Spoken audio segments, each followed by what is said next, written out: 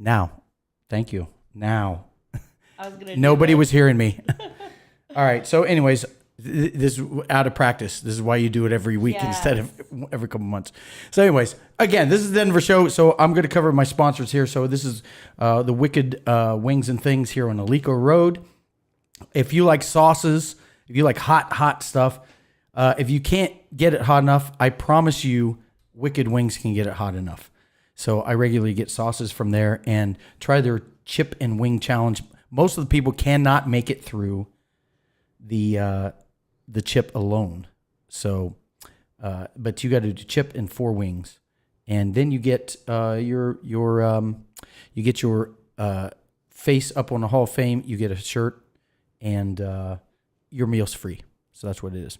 So, anyways, today we have a guest. I'm excited about this guest because I met her on Facebook, and her energy is just off the charts, like off the charts. And the more I got to know about her, the more amazing she is. And she does so many things. So here's Katerina. Is it Farrow? Yes, you got Farrow. it right. All right. I should always check that before I do the show, but I never do. So anyways, Katerina Farrow, and you are a martial artist, mixed martial artist, and yeah, and now your screen's frozen. Hold on a second. What? It worked perfectly until... There you go. Now you're back. There you go. So anyways, you're a mixed martial artist, event coordinator, promoter. Mm-hmm. You promote events. You promote people. Yes. Artists, fighters. Oh, especially athletes. Entertainers. Yes. Okay, so you do everything. I do everything. Do everything. Hey, pull your mic a little closer to you. So there you go. And also, I want to mention too that she has her knight with her. That's Tyler. How you doing, Tyler? Good. How are you? Thanks for coming. So, anyways, sorry, I forgot to mention Tyler. So, anyways, you wear so many hats, and it blew me away. So I thought, wow, this is somebody I want to talk to. I want to figure out how you do all these things and how you get into all this stuff. But first, what I like to do is go over current news and events and get your comments on some things. There's some crazy shit going down. Let me go to YouTube first. Add the audio. Let me go to YouTube and show you something that's that really, before I started this, it really touched me. So let me go to my Denver show videos right here. This is really my ex is really into training law enforcement to recognize mental health issues, because there's a difference between an asshole and somebody having a mental health crisis. Yeah. So, and cops, most of the time, they're not trained to know the difference. Mm-hmm. So she's tearing it up. Her name's Sharon Horton. She works for American Heart Association, and she is getting locally. She's got it on the news, and she's got the police department now. She's training them to recognize mental health crisis and stuff, because she has a son that has mental health crisis, and he's been in and out of jail, all kinds of problems. And when you handle somebody with mental health crisis, it's different than when you handle somebody who's just being an asshole. Mm-hmm. And so this really got to me. That's hold on, let me put the story up.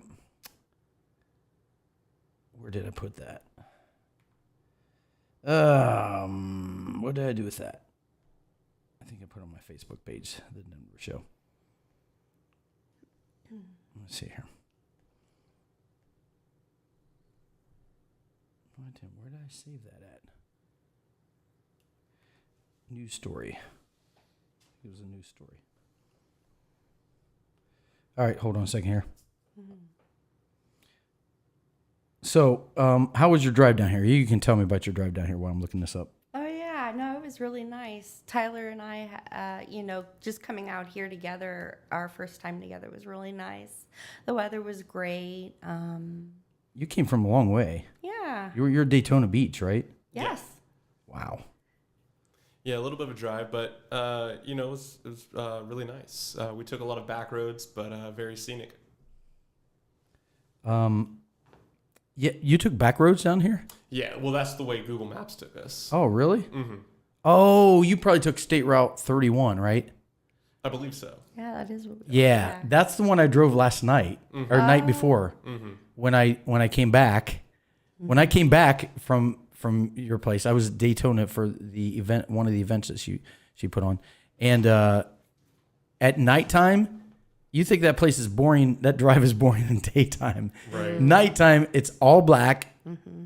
There's nothing. Yeah. And you keep thinking, how in the hell can this road go on so long without there being anything? Right. Like it just cuts right through I don't know, it's a swamp or whatever. So, I brought that story up, and now I can't. Best laid plans. I can't find it now. I know what I did. Here, let me do this. I know how I can find it because I shared it with Sharon. So let me pull it up from there. The link. There it is. This is a sad, sad, sad story. Oh. And I've actually seen a number of incidents where there was someone, mentally, that I think one was autistic that I saw, and he was older, and being so big and a grown man, the people that showed up to deal with him didn't know what was going on. Our month-long series, America's Breakdown tonight. Hold on a second here. Let me go full screen with it. Here we go. This is a real sad story. This person was actually called the cops because his car was stuck. Mm-hmm. Oh, and he was normal. I mean, he was very kind. You can tell, and it turned out being a problem. And this is a sad story, but check it out. Down tonight, we focus on the overlap of policing and mental illness. Officers say it is a big part of our job, but it's not our expertise. One family in Colorado feels their son would be alive tonight if police would have responded differently. Newsy's Clayton Sandell shares their story and the efforts to avoid similar outcomes. And we do want to warn you, the video can be hard to watch. One night last June, 22-year-old Christian Glass called 911 for help with his stranded car. Listen to his voice. Over an hour later, on a he call. was dead. Hello, 911. I'm in a vehicle. My vehicle got stuck in a really bad way. Asked about weapons, Glass mentions tools his family says he used as an amateur geologist. I have 2 knives and a hammer, and a rubber mallet, I guess. That's a weapon. I'm not dangerous. I will keep my hands completely visible. But when deputies in Colorado's So he's Clear Creek fine. County show up, Glass tells them he's too scared to get out of the car. Well, we're not going to shoot you, but we need you to come here. Then they see a knife. He's got a knife in his seat right there. His seat. Okay. Step out of the car now. Over about the next hour, officers try to get him out. Hey, Kristen, what can you tell me about what's going on? We're trying to help you out. Watch this. Glass smiles, even makes a heart with his hands, but stays in the car. I see you're doing the heart thing with your hands. Look, we love you too. We just want you to be safe.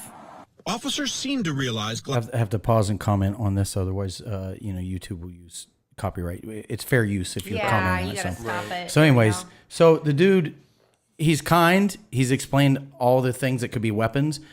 He's got a knife, but he's in the fucking car. Yeah. Right. Right? With the window up. Right. Yeah, well, it gets worse. is having a mental health crisis, and a Colorado State Patrol sergeant notes Glass hasn't done anything wrong. If there's no crime and he's not suicidal, homicidal, or in great danger, then there's no reason to contact him. Right, but leave for him alone. reasons that are unclear and now under investigation, officers smash the car window. So now he What freaks happens out. next is chaos and then tragedy. Watch crossfire, watch crossfire. Drop that knife!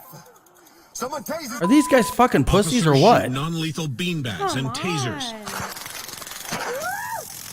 You got it. You still got it. Oh, dear God. Drop the knife. Finally, a deputy opens fire.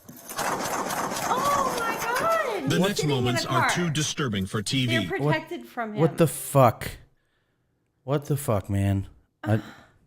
This just it kills me, man. I don't understand why people act, why they act like this. Why are they such fucking pussies?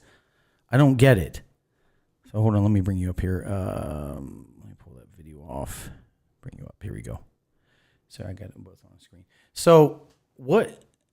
Okay, and I hate to start this show as a bummer or whatever, but I do current news and stuff like that. Yeah. So, and this is important. This is important. It's important. It's important to people who. It's important to my ex who has a son who's been in trouble with the law. Who, this could be him. Right. I mean, so this guy, he's in such a great mood and he calls. He's just asking for help. And this isn't the only story. I didn't have time to look it up. There's another story. Same thing. It was a wealth check, a health check, and they ended up killing the guy. So, I mean, I don't understand why they're so fucking trigger happy and stuff when it comes to this stuff.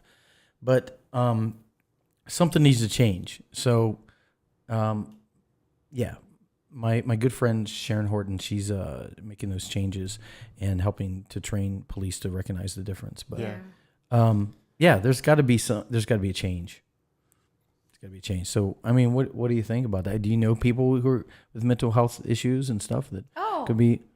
I know of some people who, in Missouri actually, and they were well known in the community because even though the lake is fairly big, it's actually pretty small. It really is. But there are a number of friends. I've known some schizophrenics. I've known some people with autism. And the police there, though, I mean, for the most part, are pretty cool, for the most part.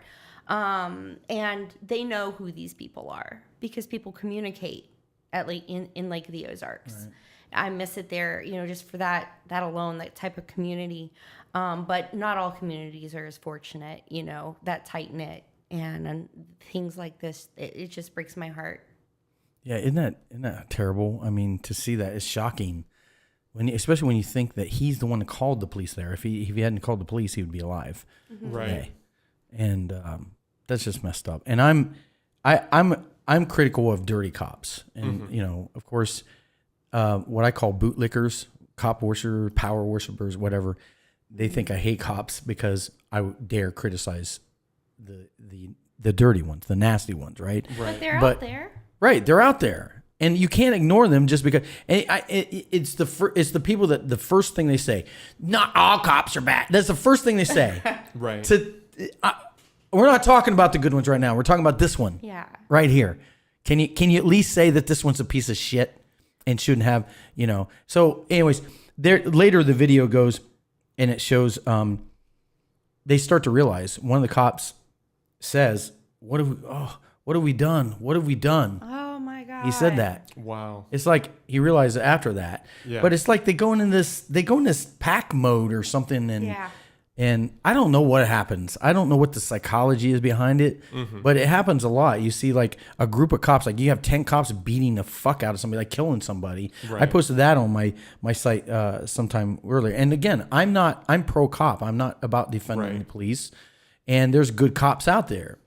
A number of my cousins actually on the Sanchez side, they're all with the police force. Some of them even retired. My Uncle Gene, he was on SWAT. My Uncle Lee, he was sheriff of Slidell, Louisiana, actually for, I forget, 40 years? 40 years. He started early, and then his sons all followed him. And, I know my family. They're good people. But there were assholes. They were assholes, and I knew who they were. Right. And what concerns me is my definition of a good cop or a bad cop is broader than I notice a lot of people's. Mm-hmm. To me, the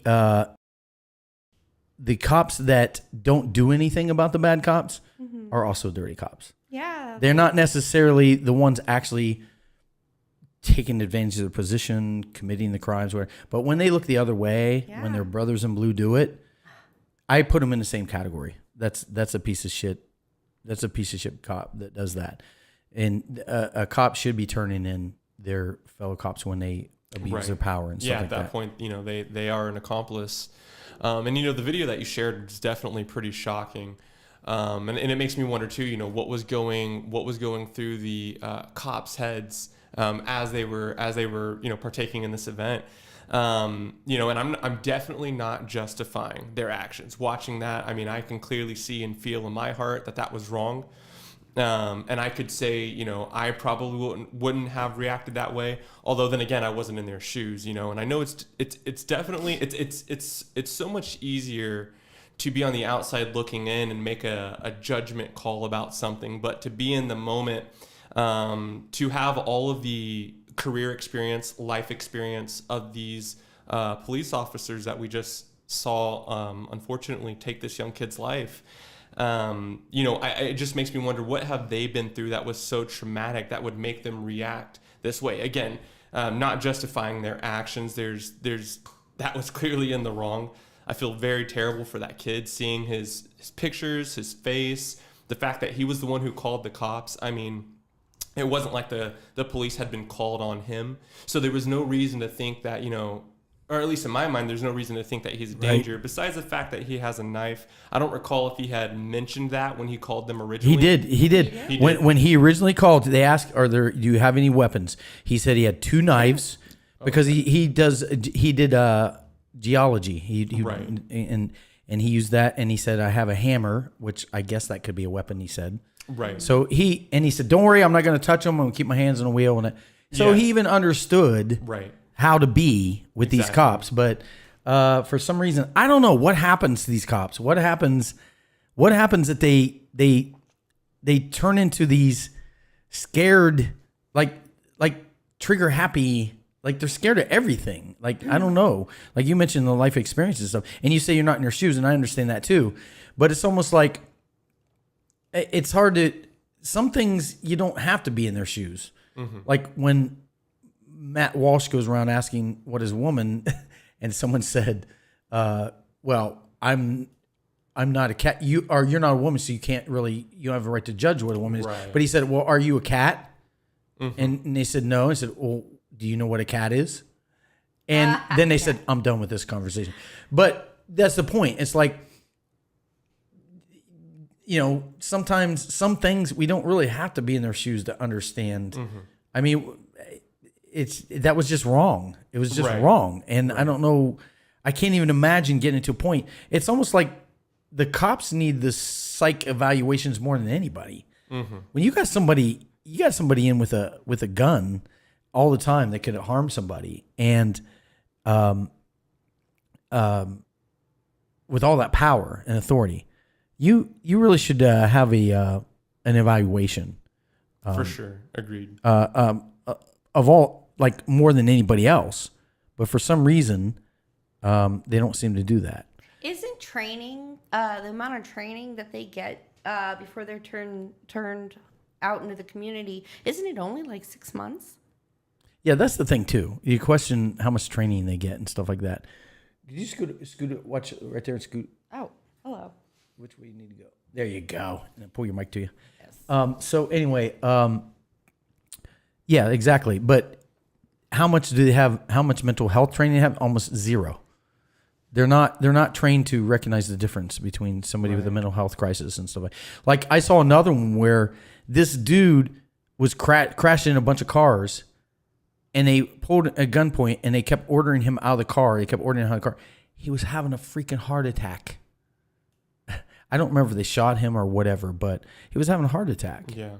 And that's just exacerbating it, having cops yelling at you. Right, and you can't speak, you can't think clearly. And then same thing with, I'm diabetic. I'm not a real bad diabetic. I mean, if I ate right, I probably wouldn't be diabetic. Okay. But there's people that have diabetic issues that they get confused and they might act kind of weird and suspicious. Right. But they're having an issue, and the cops don't recognize that. So, cops, it's sad, but they need to start. I think we need that training for that. Right. So anyways, I saw that today, and it just, oh my God, it just tore at my heart. And especially, like I said, with someone I care about very much, having a son like that. And so that's her goal, is she's doing so well and training the cops in New York to recognize that stuff. Yeah, that's definitely sad. And again, definitely not justifying what the cops did. My heart goes out to the family. That was that was really sad. It's really sad to see. Okay, so let's talk about, also in current news, and we're going to get to Catherine. The way I usually structure my shows, we go over current news, and then we talk about who Catherine is. But this is finding out who Catherine is too, by hearing her opinion on some things. So, as you know, DeSantis sent illegals to Martha's Vineyard. That was fantastic. Turned out they weren't so happy about that. What? So, I mean, I've said this for a long time. Look, first of all, I'll say my political thing is that I'm not fully Republican. I'm not, because usually if you're a politician and you're high up, you've done some dirty to get there. And usually, to me, it's like, it's the people in the local who start out that have the great intentions, and then they want to do great things, and they get higher and higher, and then the temptation starts, the money starts funneling in, and now all of a sudden they start changing. They start, So by the time you get way up there, I don't know. So, so I'm not fully Republican. I'm not a Trump worshiper. I have some Trump things just because I think they're funny. I do think he's a character. He's hilarious. A troll, I love him. naturally. He's an awesome troll. I love him for his being a troll, right? I love it, yeah. And as a politician too, again, like I said, there's some things that I was against him. I thought he did surprise me. I was saying he seemed like he could be a dictator before when he was running. So I wasn't interested, and I was surprised. What he did was amazing. And even now, I'm pretty amazed by some things.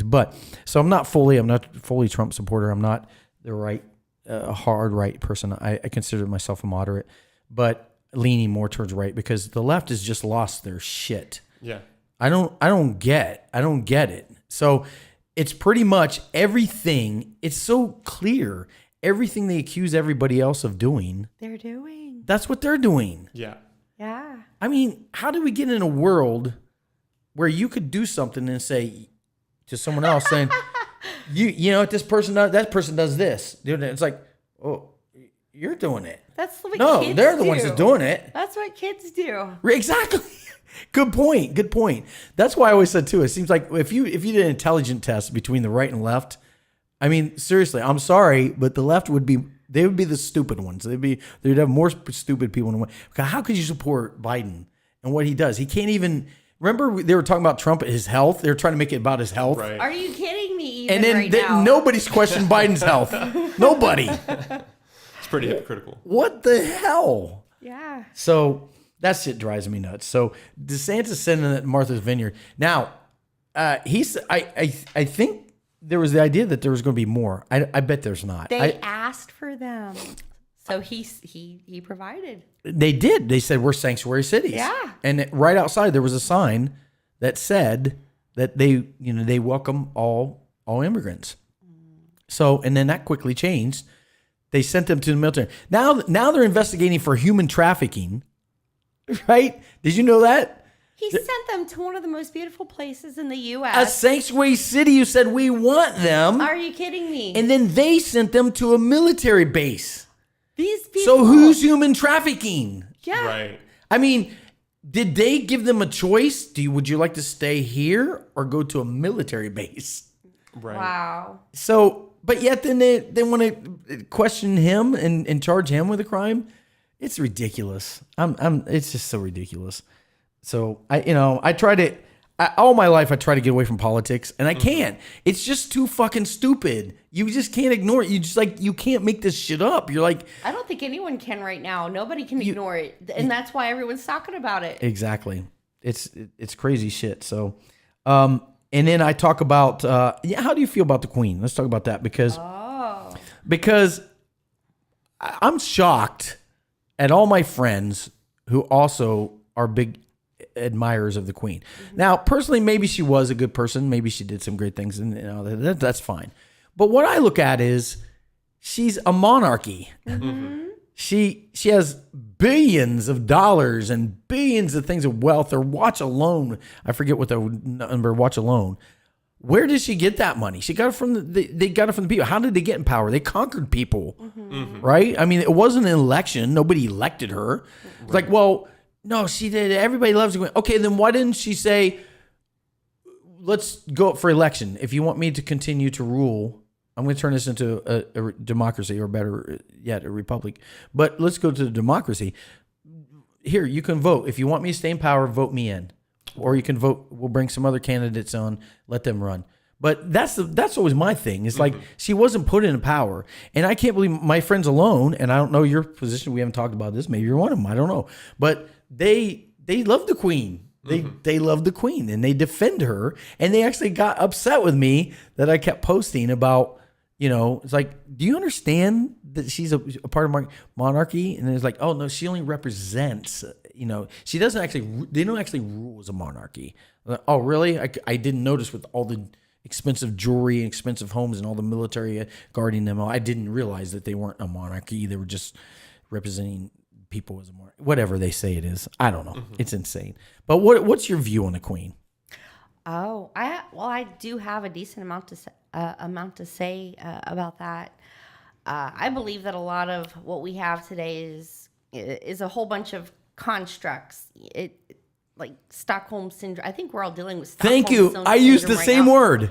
Oh, the same term. Well, I mean, okay. You know how all roads lead to Rome.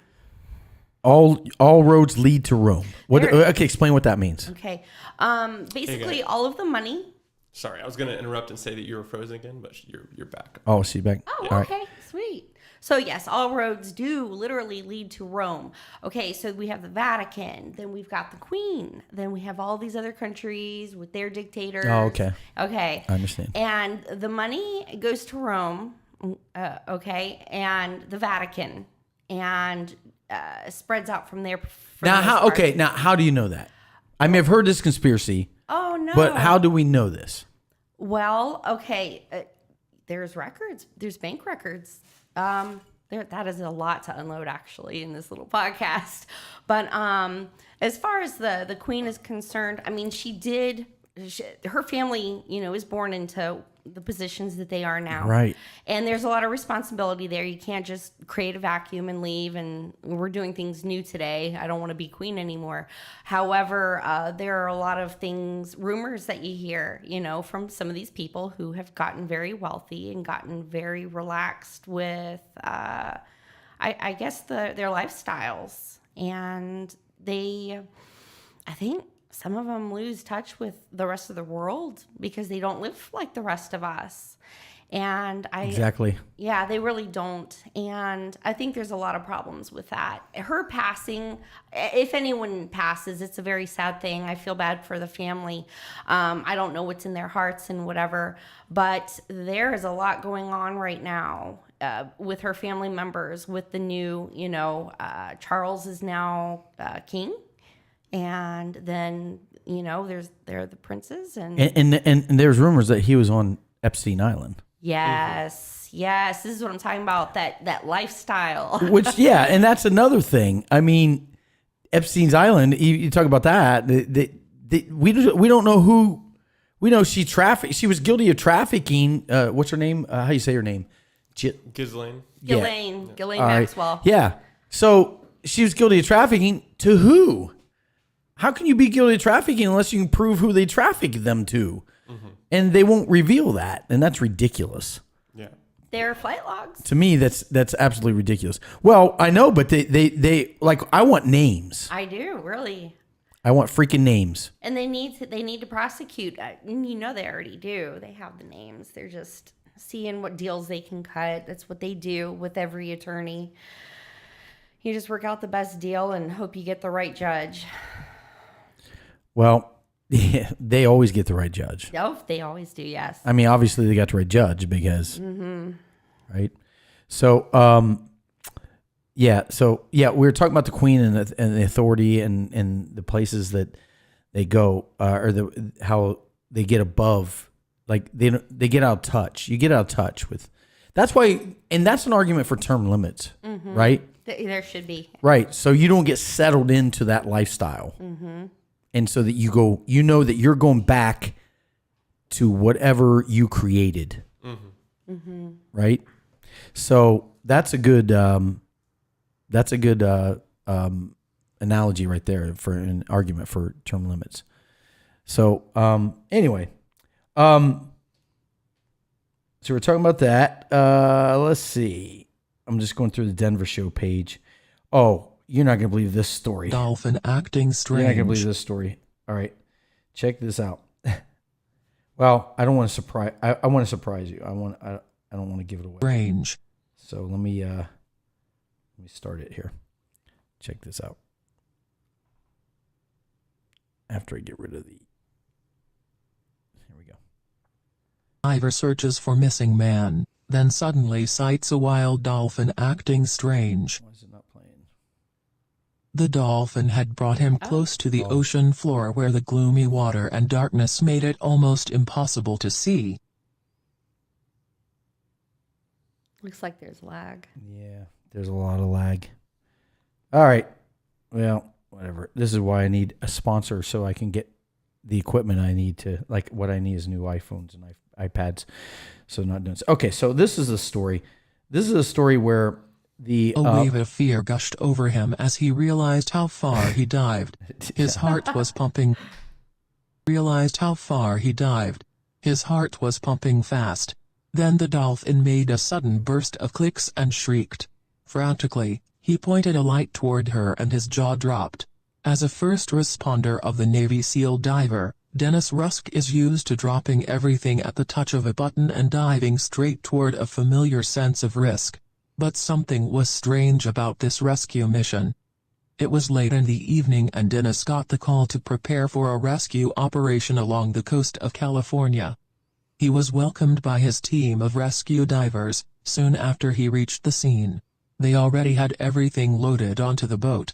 He hopped on and immediately geared up. As he dressed, the team filled him in on details of the rescue mission. They had no clue that they were missing one crucial piece of information. A man had been reported missing after his wife called the station, when he failed to return from his usual 2-hour excursion at 7 a.m. that morning. Dennis listened as he fastened his oxygen tank around his waist. The missing man was sailing in a white fisherman's boat named Caesar that was last seen at 7:30 a.m. Without wasting time, Dennis and his team of divers secured their gear and flipped into the ocean one by one. His heart fastened as the cold ocean engulfed him, and his pressure started increasing as he switched into rescue mode.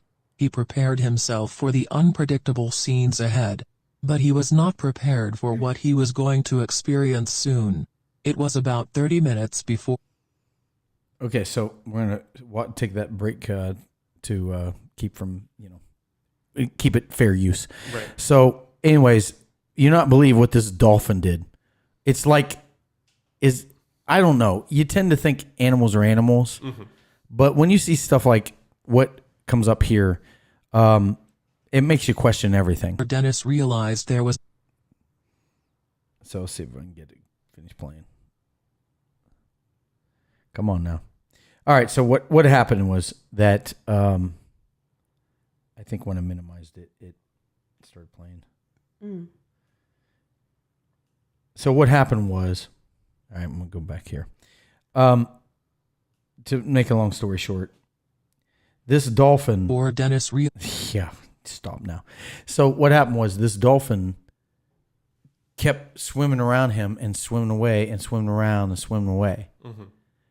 So he follows it and it takes him to this sunken ship and it goes to this window right in front of this window. And the guy goes to the window and there's a person looking out the window. What? Yeah. Was the person living? He was alive. Wow. His ship sunk really quick. Oh my God. And he found the air pocket right where there was a window. Oh, wow.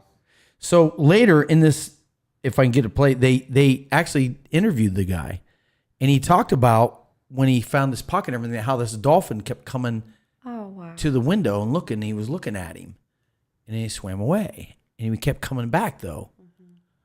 What? That's nuts. What? Yeah. I mean, there's animal lovers that'll always humanize animals. It always cracks me up how, it's like, oh, look, they're showing they're trying to say that it's like, whatever. They're just barking. Okay, whatever.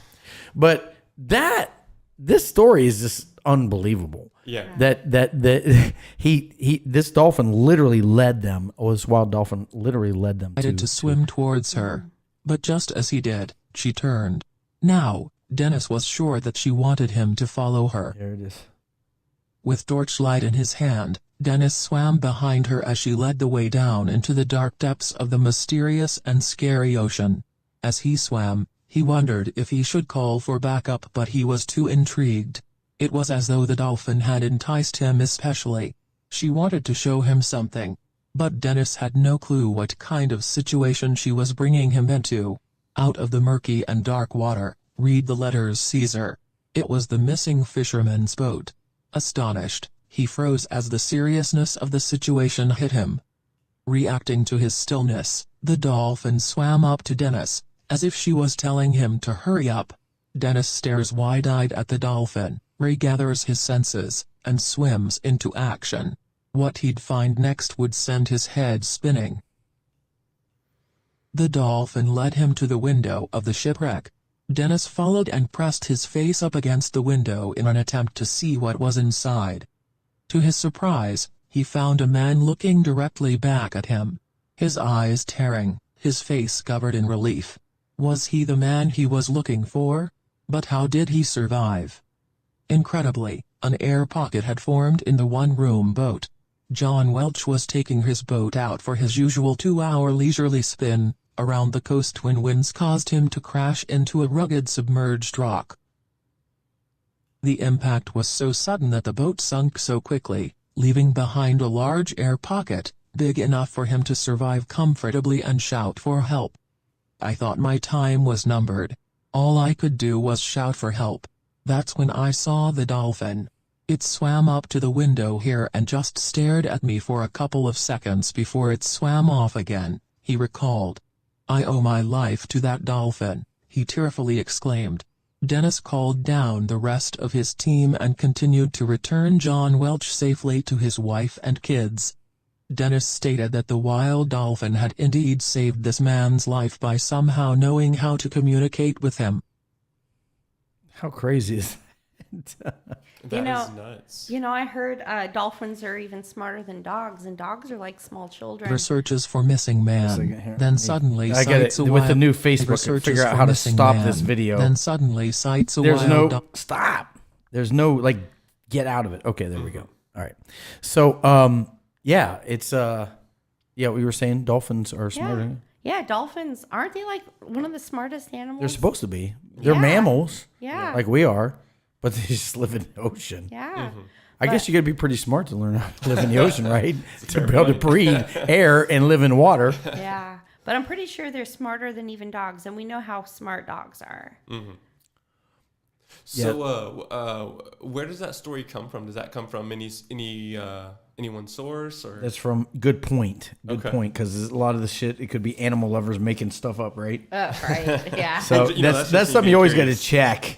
Right. And I did not verify the source of this. So this is from, this story I got from just a site called Unknown Facts. Well, and that's true. We didn't actually see video. And I always question that. Why didn't we actually hear from the person? Because anybody can bring up pictures and edit and create a story and make you go, wow. Right. Well, but to your point though, animals are definitely much more intelligent than I think most humans are willing to give them credit for or even think about. Just simply watching something like Discovery Channel or Animal Planet can reveal to you like animals are extremely intelligent if you watch the way that lions hunt in packs, orcas, the way that they hunt. Orcas have shown a lot of intelligence in that they don't attack humans. Right. Like, oh, wait, I mean, we could be food, Yeah. but no. they're like, nah, this is human. They're, Yeah. Right. You know, Right. we don't want to attack them. Yeah. And the thing, another thing about animals is, I've seen a YouTube video where this dog, and I think it was in some Asian country, was walking on its two front paws, dragging its hind legs, so it looked like it was paralyzed. Yeah. And it looked like Oh, a citizen yes, had it was- walked up to it because it felt sympathy. They felt sympathy for Right. the dog. And Yeah. the dog, gets back up on his hind legs and walks away like away. normal. That was really interesting. That to see. is crazy.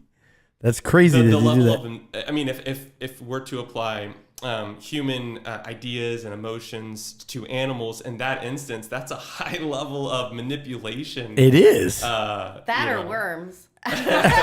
Wait, worms? Oh, dragging. He didn't say he was dragging his ass.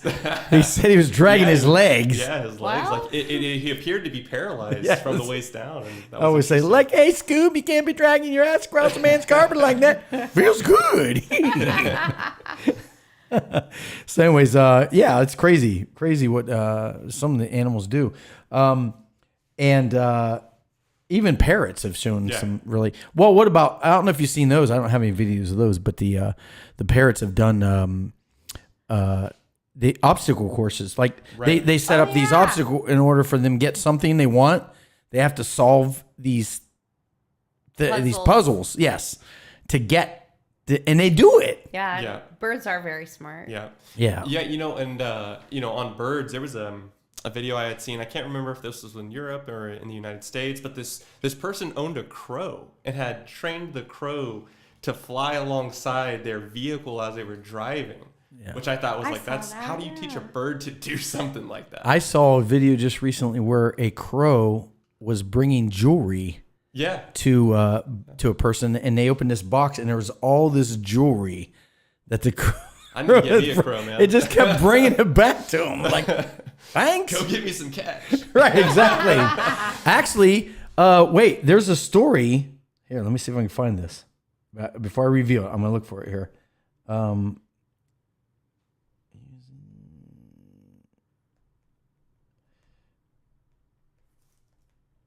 Okay, here we go. Let's see if I can find the story. This is unbelievable. If I can find it.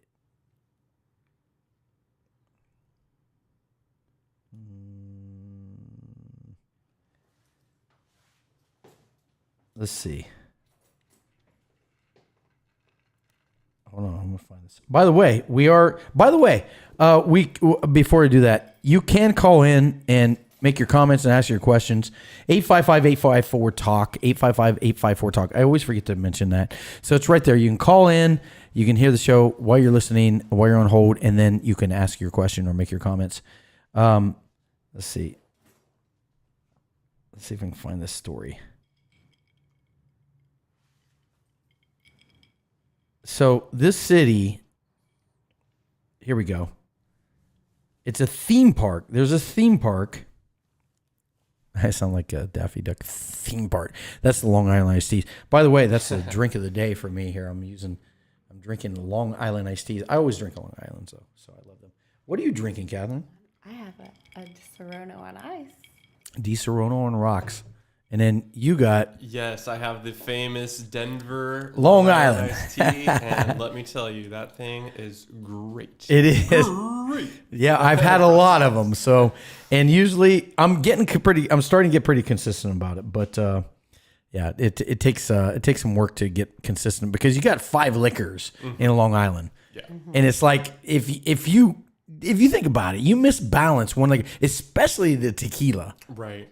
Then it tastes totally different. Right. So no matter where I go, it's usually different. But I'm getting pretty good at doing that. I noticed the tequila, instead of one whole shot, you do half a shot because it's so strong. Right.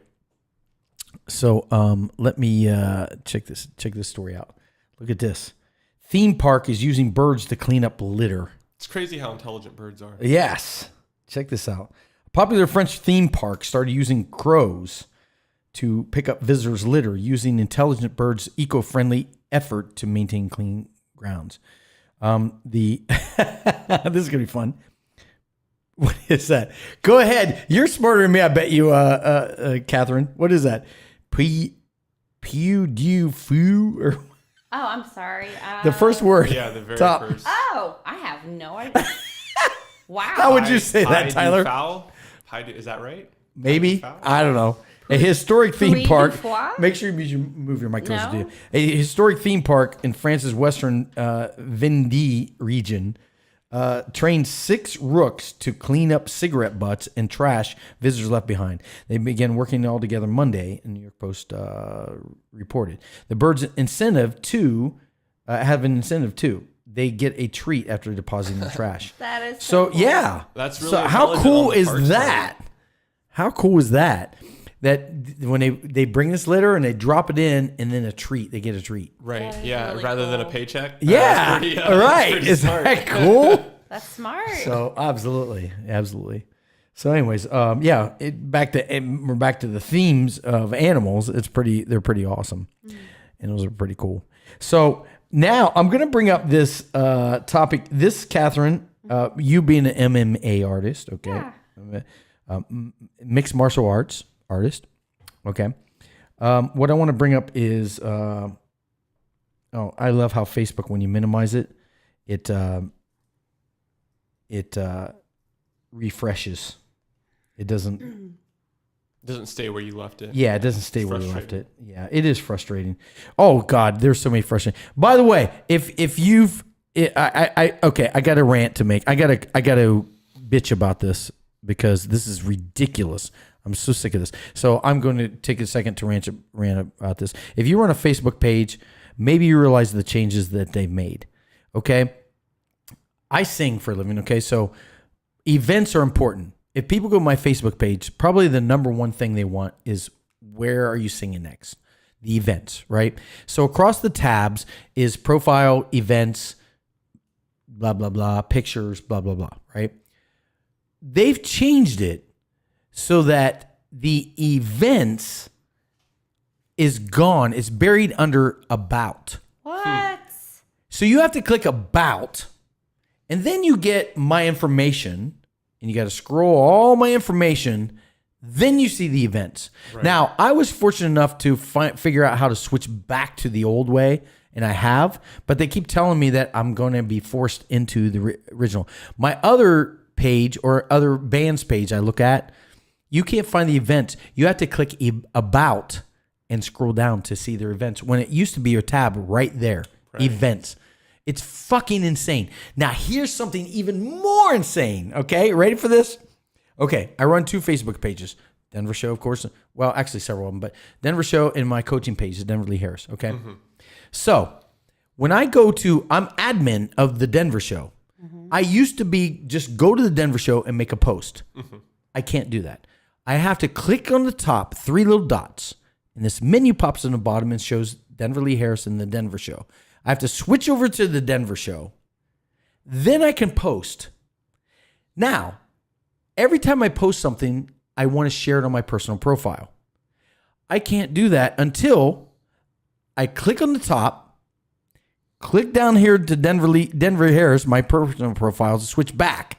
Now it goes to my personal profile. Now I have to type in the Denver Show and go back to the Denver Show and find the post and then share it. It used to be when you went to share it, there's this little drop down. Share as the Denver Show, share as Denver Lee Harris. And that would tell it where to post it.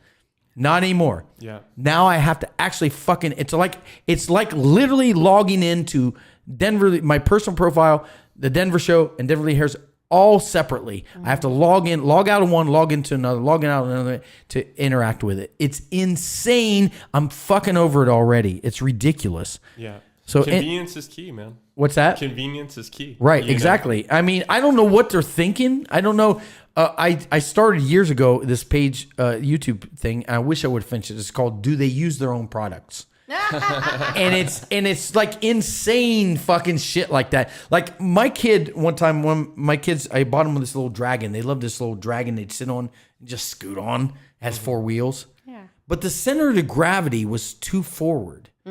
And they'd scoot along on a sidewalk, and anytime they hit the smallest rock and it stopped them, they would flip and go face first into the sidewalk, which I agree, which makes them tougher. Okay. Yeah, this is true. But yeah, they're not they're not the snowflakes, right? Right. You don't but yeah, I don't want them their face. Right? But it's Broken like, teeth. who the fuck put this product out that it's that easy to fall forward? They love this dragon, and I had to take it away from them. Yeah. And it really sucked. So, anyways, I finally got pissed off. One time, I made one video on do they use their own product, and it was a marketplace product. I used 2 marketplace products. I love this one. This one was shit. Well, the shit one bought the awesome one, and then discontinued it. And every time you went to the good one, it sent you to the shit one, right? The shit one, it will show you, for example, I'm looking for an iPad. I want to buy an iPad. So it brings up an iPad. And here's an iPad. Well, as I'm reading the description, it was an automatic slideshow. It would go, show me a garden hose. Show me a garden gnome. Oh, God, no. Show me a tire. I'm like, what the fuck? I want a fucking iPad. How about a garden hose?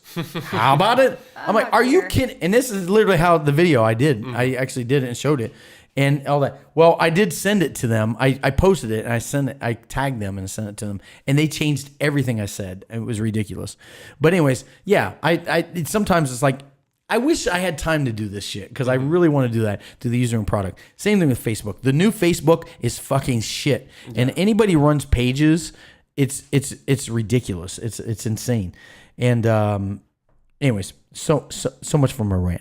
So what was I talking about? I think I'm frozen. What was I talking about? Are you frozen? Jeez.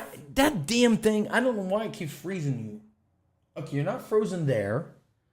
So this is why I need new equipment. Yeah, I need different phones. How can I unfreeze you? What is going on with that? Maybe the phone's over You are here? 5. No, the phone is showing right here that you're okay. fine. So it's something in the transmission. So let me disconnect you. Yeah. Let me reconnect you. Hold on a second. That's there. Phone 5, add source. 16. That's you. Let's reconnect you. And yeah, it's not reconnecting. See, it's not transmitting. So this is why I need sponsorships so I can get the equipment so this shit doesn't happen. Yeah, so I'm going to have to do this.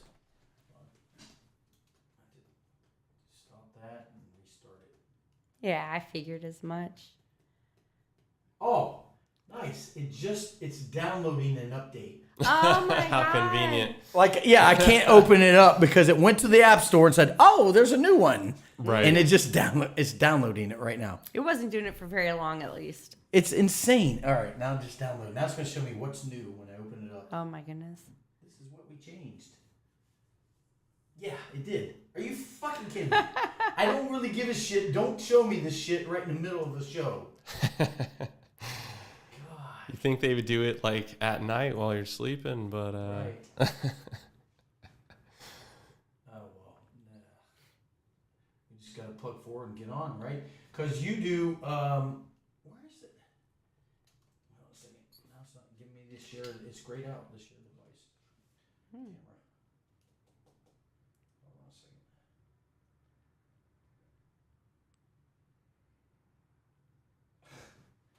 All right. No, hold on a second. I think we lost our camera. Hold on. Now I'm gonna have to go to the App Store and back grade. Oh God, the best laid plan. Look at that. See where it says share device? I used to be able to do that. Oh, yeah. It's grayed out. I don't know why. Huh. It just updated and now it's grayed out.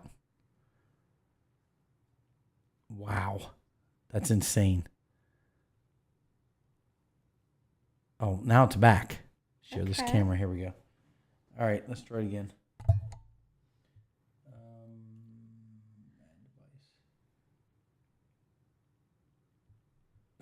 I love the view here, by the way. That boat is just really Awesome. it's cute. The marina in the background and yeah. stuff.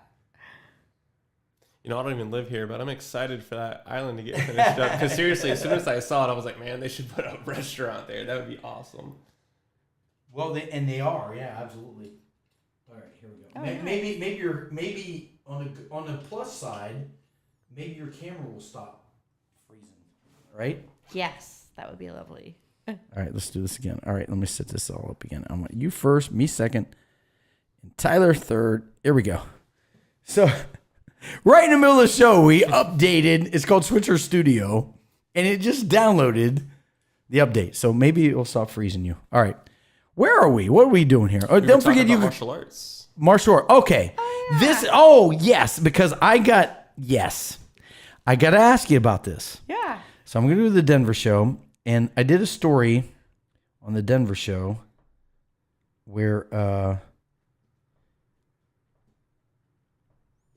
and you're going to be interested in this, and I'm curious of your take on this. Okay. I'm curious if your martial arts training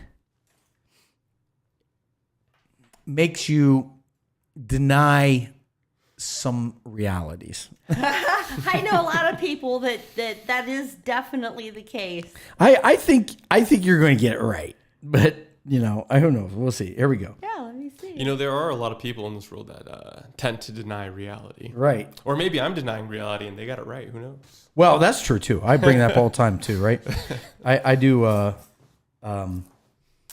always believe that our reality is reality is malleable. Right. It is. To a degree, it is subjective. Yeah. Well, I'm living my own reality right now. Right. I don't think there's one, even the Bible, Christian Bible says, remember when it says, if you have a seed the size of a mustard seed, you can say this mountain cast into the sea. You couldn't do that because the world would go spinning off into the, but in one person's reality, I believe they could do that, but in other people's reality, it's still not. Right. It's still there. And they're both right and they're both the same. So this person, the mountain just fucking took off and went into the sea because they knew they could do that. Yeah. And we're talking about manifestations, and I do that, and we'll talk about that because I'd like to know your take on that too. I have a crazy take on that, but this is what I want to talk about right now. I want to see. Hopefully, this will play. Let's see if let's see what you think about this. Here we go. Oh, Crowder. You know Crowder? Yes. But yeah, check this out. This is what it's about. Okay. Woman can't be a pilot. I'm not saying a woman can't be a sniper. I'm saying that a woman can't do that. So there's a woman here. It's what should be a routine traffic stop. Goes awry. And this was last Wednesday on the 14th. It doesn't have that many plays, but this is something that is becoming all too common, and it's by design. So it's not just an isolated incident. I don't believe that women should be in positions of law enforcement, as you see here, and neither do they, as you will see from the clip. This happened to Ohio's Willoughby Police Department. Let's watch. Hello. I'm Officer at Willoughby Police Department. The reason why I'm stopping you is the speed. 57 and a 35. That's going pretty fast, by the way. Yeah, it is. And she shouldn't let him do this. Exactly. She could be grabbing a gun right now and she's dead. Yeah, what is she doing? It's just stupid. Step over here now. I got shit! Oh, dear. Oh, dear. All she said was sit down. He goes, And she gets physical. And here's the problem. She gets physical with no ability to back it up. correct. This is not a technical grappling endeavor. This is just a man ragdolling a woman because she's weaker than a man. She has no ability to defend herself. And now here comes in a pot-bellied man in flip-flops, and he's able to do the job that the highly trained professional cannot. And another man. And a third man. Shut up! Shut up! Thank God for the good bystander. Did you understand? Okay, so the question is, Oh, my God. because you're a martial artist, Yeah. do you believe that it doesn't mean there's still men that can manhandle you? Yeah, well, of course. There's weight classes for a reason. Right. That's a good point. That's a good point. Even between other men, there's weight classes Right. for a reason. You give a woman, a man or a woman, 6 months of training. You send them out there, and you put them in these situations. What were you thinking in the first place? I actually honestly feel like they need jiu-jitsu training, and they need a lot more than I 6 agree. months. Do you see like agree. fucking 4 cops that can't handcuff a guy? Yeah, I know. Are you kidding me? Well, to be fair, some of those guys are on drugs. They and They are are. exhibiting freak strength. But Still, still, it's no, like- no, still. Come on. Still technique. I feel like, dude, get the fuck out of the way. Let me handcuff him for you. Jesus. It's like ridiculous. Like one time they even shot a guy in a wheelchair. They couldn't handcuff a guy in a wheelchair. What the hell? Yeah. So it's like, what is wrong with them? Why are they not training in jiu-jitsu? 90%, I don't know if it's high, maybe 75%, whatever. Most of the fights go to the ground, right? Yeah. Oh, Exactly. That's why I train stand up and ground game, because almost all fights do go to the ground. And I keep telling people this, and they're like, "Oh, I'm so tough. Look at my stand up," but they don't want to learn the jiu-jitsu. And I'm like, you are going to suffer. You're going to suffer so bad. Your record's going to suffer. You're going to get yourself beat up. You know. That's why it's called mixed martial arts. Everybody else has got, both sides. How come you don't? Right. Matter of fact, so we didn't talk about this. So you're an MMA artist, okay? Yeah. So I'm going to show these some of these pictures here. So here you are. Seriously being a badass right here. Wait. You're serious? Oh wait, that's not it. Crystal. Hey, sweetie. I mean, she's got a weapon, Hey, dude. Crystal. She's about to take out another female. That's That was pretty a dangerous. business social. But I'm kidding. You do have here you are. You're just fucking awesome. Why does this keep doing this dual thing? I'm sick of my software right now. Every time I try to pick something, it's doing a split window. I don't want a split window. Why does it keep doing that? There we go. All right, so there you are. Yeah, Now, that's a great pic. so here you are. Actually, yeah, that is a fucking awesome picture. Okay, yeah. So you are in the cage fighting, and you're looking at somebody. Yeah. Who are you looking at? I'm looking at JT Tilly. Who's that? That is my opponent's trainer. Do you know him personally? Yes, I've Okay. worked with him since 2009. He's a great guy. I have a lot of ideas that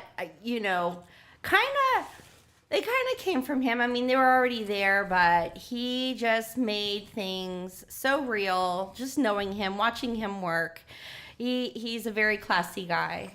He really is. But And, what are you doing there? Why are you looking at him? What are you doing? You're supposed to be fighting. I know. I didn't. I noticed I was in her corner, and I was like, I look over and there's Tilly. I was like, oh, hey, Tilly. What? Yeah. Well, what? I think I've done that every fight Yeah, but- that I've had for him, actually. He's just such a nice guy. And me, I could be fighting, but thinking about groceries. So I that's not where my mind should be. I know. I don't really. I'm really relaxed, though. I'm a very relaxed fighter. I mean, my stand-up doesn't feel like it, but I am. I'm pretty relaxed. So you look over the guy just to say hey to him while you're. I even have waved. Did you at win the that camera. fight? No, not that one. No. You didn't win that one. No. Now, could that have something to do with it? That you're thinking about your grocery list and hey, Tilly. My mind was in a lot of places it shouldn't have been. I was actually going through a divorce and a whole bunch of stuff. I shouldn't have even been fighting. But, I can't say no to him, especially. And Katie, I love Katie. She's passed away, by the way. Yeah, I'm sorry to hear that. Yeah. I really miss her. My head wasn't where it should have been. Totally. But I had a great time. I always do. Was this? This wasn't this. Okay. Oh, never mind. Hold on. This wasn't the same fight. Let me pull this one up. I do just want to say, in regards to you focusing your attention elsewhere in the middle of a fight. Yeah. I agree with Denver here. You probably should have been a little more focused on your opponent. I know it. However, there is something to be said for remaining calm in a fight. Absolutely. Oh yeah. Because Yeah, if you let your adrenaline and your emotions and everything that's going on, get in the way of that, you won't perform the same. Yeah.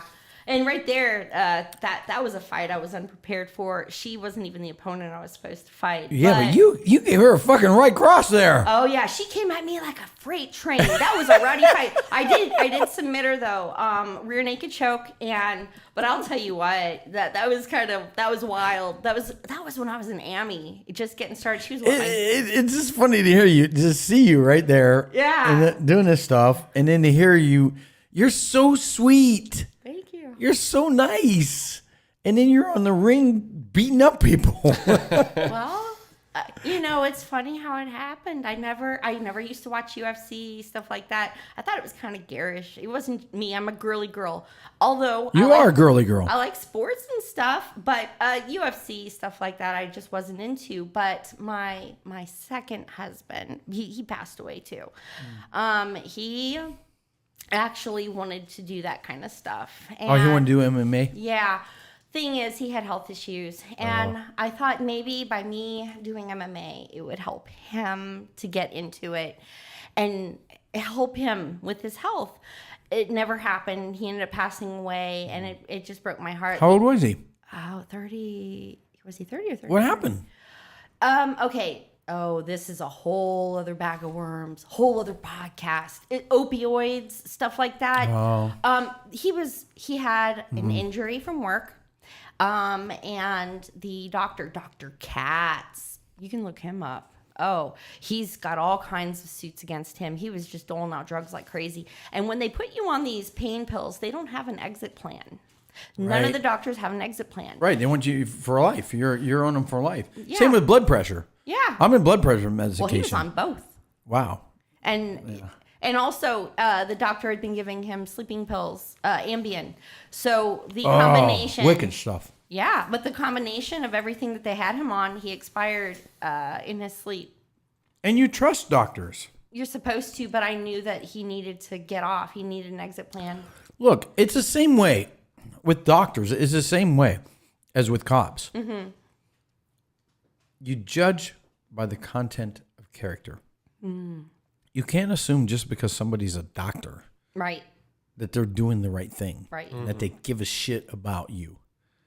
I mean, that's the problem with the cop worshippers and stuff like that. Yeah. Hey, you haven't froze up since that update, so that's pretty cool, right? I'm really happy about that. Maybe that update was a little right, less. Exactly. So you guys want to? I'm eating pepperoni, so whatever. Talk about being chill during. right. I love pepperoni. Oh, raw pepperoni. You guys want something? Oh no, I'm fine. Thank you. We ate actually right before we got here. We grabbed something. Look at this. This is raw, and I keep it warm. I don't put it in the fridge, so it's nice and juicy. Yes. Anyways, bacon and pepperoni. That's my it's a kryptonite, huh? Oh yeah. What? I still don't understand. Maybe I don't. Superman. Do you follow Superman? I'm gonna be honest. I know a decent amount about Superman. Okay, not but necessarily a fan. He's from Kryptonite. But Krypton. Kryptonite. He's from Krypton. Krypton. But Kryptonite weakens him? Yes. Well, I don't understand. I think on his planet, wasn't everyone on his planet just like normal, but if they leave, they get their powers? Is that how that works? I'm not entirely sure on that part. Oh, is that what it is? I am really trying to remember the gospel here, because I know that there are different versions of their worlds.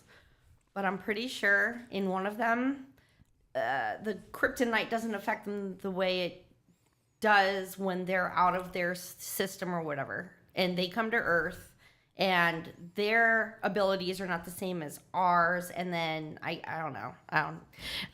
We'll have to look at if you're a Superman enthusiast, give it a call. 855-854 talk and explain Superman, because I never understood. I mean, honestly, I never got into it enough to understand it, but I just kind of heard like, wait, Kryptonite, he's from Krypton, but Kryptonite makes him weak. I don't understand. Shouldn't it make him strong? I don't get it. Right. Well, think about this. If you do know anything about Superman, he's basically the strongest superhero out there. You think about Marvel Comics, you think about DC, and Superman's the pinnacle, right? But his weakness is a rock. Yeah. And I just feel like that is poor writing. Right. That is poor writing. He's got allergies. His weakness is a rock, but he can fly into the sun and develop his powers, withstand that. And stop a bullet. Mm-hmm. Right. Well, in some comics he was seen hurling around planets and. Oh yeah, he could fly around a planet so fast that he could reverse the rotation of a planet and move it back in time. Right. So he's like this godlike character, but his weakness is a rock. Man, I just find that to be so I don't know, it's just not good writing. or maybe it was the kryptonite came from one of their moons, or maybe the thing that destroyed their world. I don't know. We're right now there are Superman enthusiasts that are just fucking screaming at this podcast if they're watching it. They would be even more upset if they called in and, I got to bring up the Hulk and we had a discussion about who's stronger. And then the She-Hulk, the woke version that everybody hates. Right. Oh my God. Yeah, I think. See, look, I'm sorry, Catherine, but here's the thing. And do you accept this? Men we're just not into the strongest being a woman, the most powerful being. I'm physically strong and all that stuff, but physically badass. Mm-hmm. We're just not, we're okay with them being a teammate. Do you agree? Or no. You see what I'm saying? Like the She-Hulk, that's why it's failing. Yeah. It's like, it's a fucking woman. You're not going to be this makes me fucking powerful. We're not buying it. No, we don't want it. Right. No, I'm sorry. I'm really old school, and I like being a feminine woman and having a strong man that can make me feel like a strong woman. Mm-hmm. And he does. He makes me feel very strong. Natural. It's natural. The femininity loves the protection of the masculine. That's how it is. Yeah. I mean, it's just natural. Mm-hmm. And it's like today we're trying to flip this shit and trying to make it even. It's not fucking even. And that's the problem. They equate with things not being equal in a certain area. They equate it with weakness. Mm-hmm. Like just because, we would say a woman can't be as strong as the strongest man. That means that they're inferior. And that's what's ridiculous. Yeah. Because it's the same thing. I run the same thing with coaching, and when I explain my spiritual philosophy, why I'm not a born again Christian anymore. Mm-hmm. Why the weakness, the weak parts of that I don't buy anymore. I'm not trying to say that my philosophy is better and that they're stupid or they're whatever. Yeah. It's just different. If it works for them, because it worked for me at a time. Mm-hmm. So, I used to be, so I accept everything. Right. I accept everything. It's like, if that's what works for you, I'm not ever trying to convince somebody not to be Christian. Mm-hmm. The only time I ever get in a debate about Christianity is when they realize, it's funny because these Christians will realize that I'll say I used to be a born again Christian. Yeah. Oh, brother, what happened? Oh, brother, you're backsliding. Oh, brother, we got to bring you back in the fold. Oh, and then all of a sudden they want to tell me about why I shouldn't got away from Christianity. But then I get into, okay, I'm sorry, you asked for this. Here's the problems. And I'll go over them. And then I don't like it because I don't want to discourage them. Like it works for them. Because when I was there, that was the only thing, that was the ultimate truth, Christianity. Ultimate truth. Yep. You can't tell me anything. I was there. I totally understand. Now I'm here. Mm-hmm. And at some point, and I like being here because now I realize too that there may be another level that I change to, because I'm open to it. Mm-hmm. So in spirituality, but it's cool that you're open-minded though. A lot of people aren't, and when we do start talking about religion, and I apologize, I don't mean to dictate the conversation here, but no, this is a show about nothing, sometimes something. We're just talking. But a lot of times when you do get into religion, there's a lot of closed-minded people, and I'm not knocking religion, by the way. I'm just saying that a lot of times getting into religion, the people are the individuals that participate are very closed-minded because they believe so strongly about their beliefs, and that's dangerous. That really is dangerous because you cut off your ability to learn and to grow, and you can fall into your very own self-deceptions that way. People don't want to know that they might be wrong. Exactly. Or, that's what I do. I challenge people's beliefs. I don't challenge them just to piss them off. Yeah. It's just in the conversation, and I believe that's how I've grown by challenging myself. Mm-hmm. So, when we get into that debate about Christianity, for example, I know about Christianity. I used to have a street ministry, and I preached it. I went out in front of gay bars and preached, that. And now I'm like, hey, you want to be gay? That's all right. That's good. If you want to do that, that's fine. Yeah. Now I'm against the indoctrination of children Yeah. and trying That's to tell them. different, though. Right, that's different. And that's not everyone. Right, but I am for, hey, be as freaky as you want to be when it comes to sexuality or relationships. Or that's up to you. You know. I was there, and so now I started a book. It's hard to write a book, but I'm starting a book. It's called Spiritual Placebos. They're all bullshit. And what it means is like, how some people seem to get better when they believe the water pill is medication that's going to heal them. Yeah. Right? They actually, Yeah. it's a placebo. Yeah. Right? Yeah. The placebo effect, they call it. I see spirituality as that way too. You grasp a hold of something that you believe, everything, and it works for you because you really believe it. Not because it's real, not because it's right, not because it's true intrinsically, Right. but because you believe it and it works for you. So even though it's bullshit, it doesn't matter. Like even what I believe is bullshit, and the reason why is because I can tell you what I believe spiritually and everything, but when it comes down to it, when it drills down to it, I can't prove it. I can't prove it beyond a shadow of doubt. Just like Christianity can't prove it. They'll say, well, yeah, I'd say, do you know the Apostle Paul? Have you actually met him? No, I haven't met the Apostle Paul. Yeah, but historians say, okay, have you met the historians? Well, no, I haven't. Okay, do you know the historians are even sane? I mean, you don't know anything about them and their biases and all that. So when it comes down to it, it's always about faith. What I realize is every religion, it's about faith. And the same with me. And that's what makes it real and makes it work. But they're all, at some level, just shit we believe and shit we make up. And that's okay, though. That's the thing. People feel like I'm saying that, it's bullshit. Because it's bullshit, it's not worth it. It is worth something. Yeah. It influences our lives, and it makes us live our lives in a certain way, and it has power. But it's the faith that gives us power, not if it's factual, because we don't know it's factual. I believe that, a person's faith is very personal, and I don't think anyone understands God the same way, 100% anyway. We all walk in our own shoes. We live our own lives, and, he's the only one that knows the answers to everything that we have questions for, and I do believe that there is a God, and I believe that he can manifest himself in our lives, honestly. One of the things I like to tell people is sometimes you may not see God coming, but you always know when he's been there. And a lot of people will say, oh, well, good things will happen sometimes, or you just got lucky or whatever.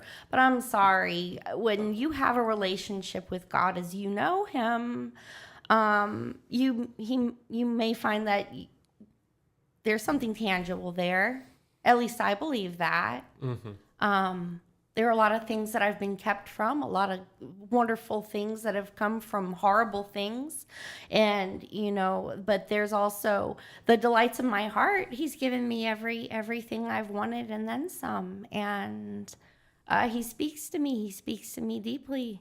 And and ever since I was a small child, mind you, before I even knew anything about Jesus and, the church and angels and God and all this other stuff, long before I'd even been taken to church, I just always felt like there was a still small voice that was there.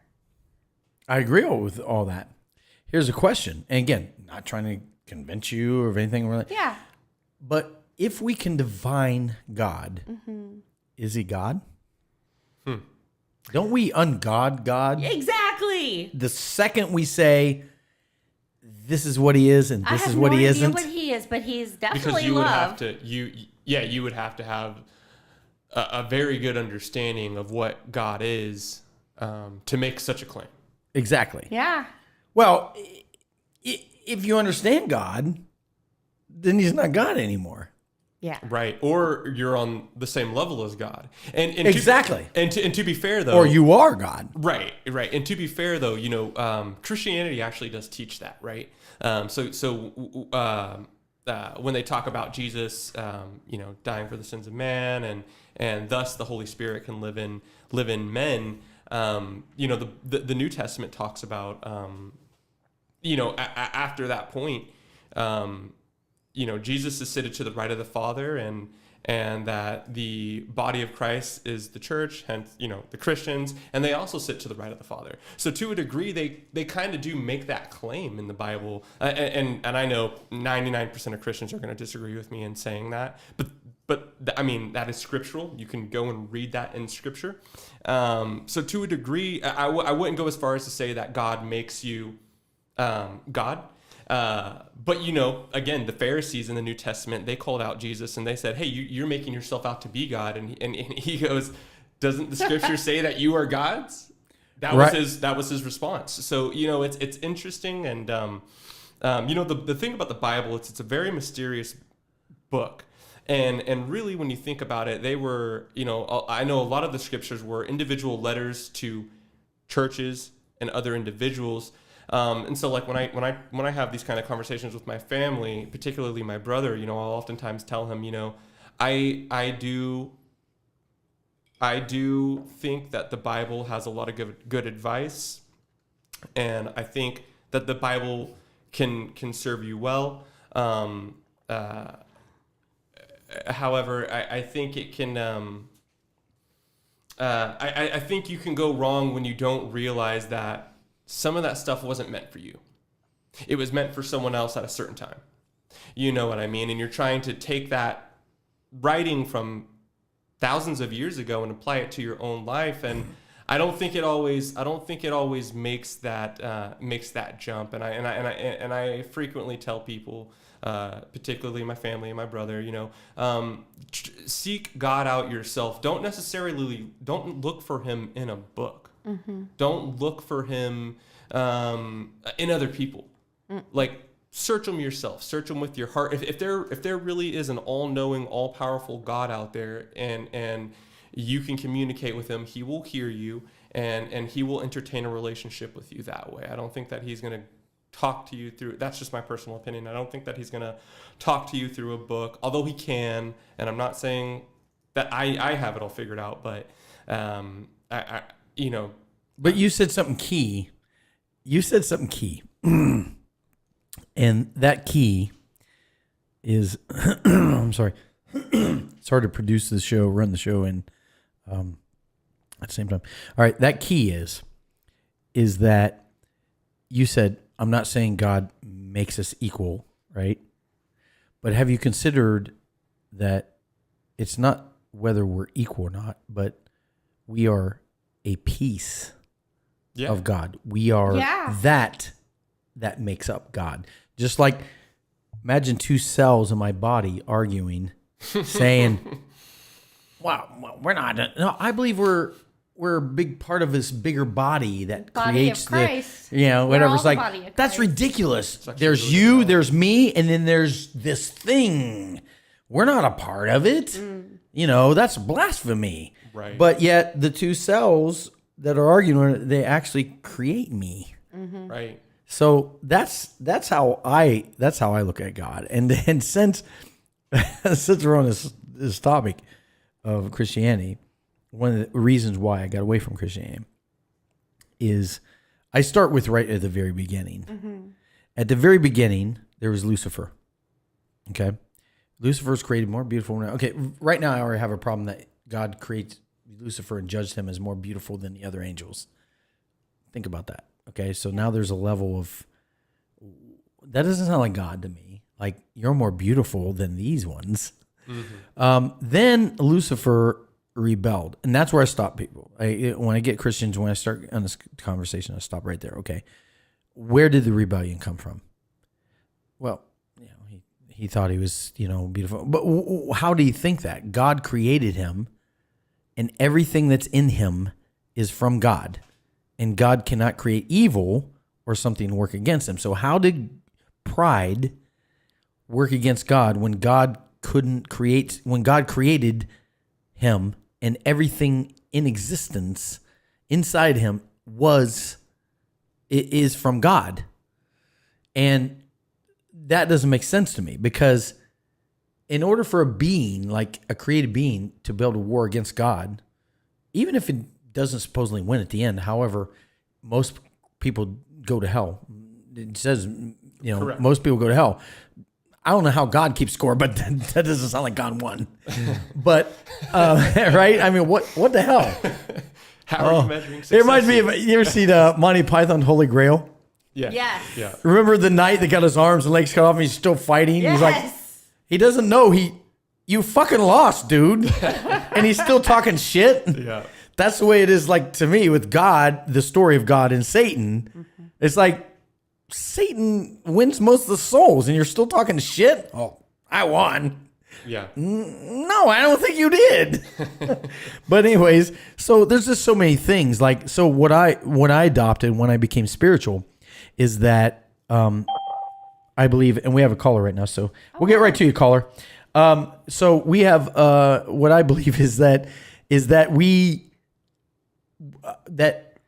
everything is God, even what we call evil. I think the minute you say, this is God, this is not, wait, God's not God anymore. Yeah, he created all things. How can God not be this? Because that means this is as powerful as God. Mm-hmm. If it's something he's not, because he can't be this. Because it exists without him, yeah. Because he can be this is something that can be without God. Mm-hmm. So it's just as powerful, or if not more powerful than God. Yeah. Mm-hmm. So the minute you separate the two, so I live a life of philosophy in that everybody is that God is everything, even the evil. Mm-hmm. And people don't like that, and the reason why I think we're here, I think we're pieces of God having the experience of all that God is. So real quick, I'll say it like this, that this is my new spiritual philosophy, is that God knows everything. Imagine being just God. You're the only thing in existence, this thing, right? Everything you think is right. There's nothing that goes against you, right? So everything you think is right, that'd be kind of boring. That would. So it's like this. You have you ridden a roller coaster? Mm-hmm. Yes. Okay, you know what it's like to ride a roller coaster, right? But would you ride it in one again? Mm-hmm. Why? You already know what it's like. Mm-hmm. Yeah. Because the experience is different from the knowledge. Yeah. Mm-hmm. So I can tell you how to get here, right? You look at a map and you say, "Oh, I know how to get there," but now you're here. Yeah. So now I say, "You know how to get here?" Well, yeah. Well, what's the difference? The experience of getting here. Yeah. So what I think is God is this being that is everything and wants to know itself experientially. So created this illusion of separation. You're not real. You're not real. I'm not real. We're not real. We're just little puppets, little toys that God separated from himself and made it so we can't understand that we are him. And as we conflict against each other, good and evil, right? Good and bad, it gives God the experience of being good and evil, the perpetrator. Yeah. He gets the experience of being both. This is why it changed my life, because everything's a blessing. Mm-hmm. Even the bad and the evil that things people do to me that I don't like and it's uncomfortable and I hate it, that's the ego part. Mm-hmm. But from a higher level, I say it's all good. It is. Yeah. Because, for example, I hate men who attack women. Like, if you ever see one of me go psycho, that's when I'd go psycho, is if a man attacks a woman. So how could I be a defender of the goddesses? How could I be a defender if there's no perpetrators?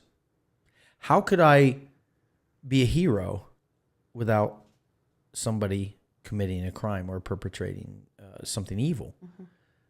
Those evil people give me the opportunity to experience being good. Mm-hmm. So, yeah, blessings to them.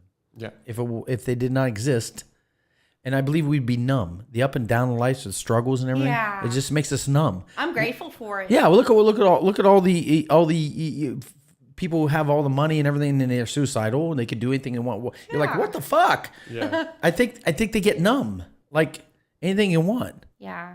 I saw a what's that show? I'll be right with you, caller, in a second.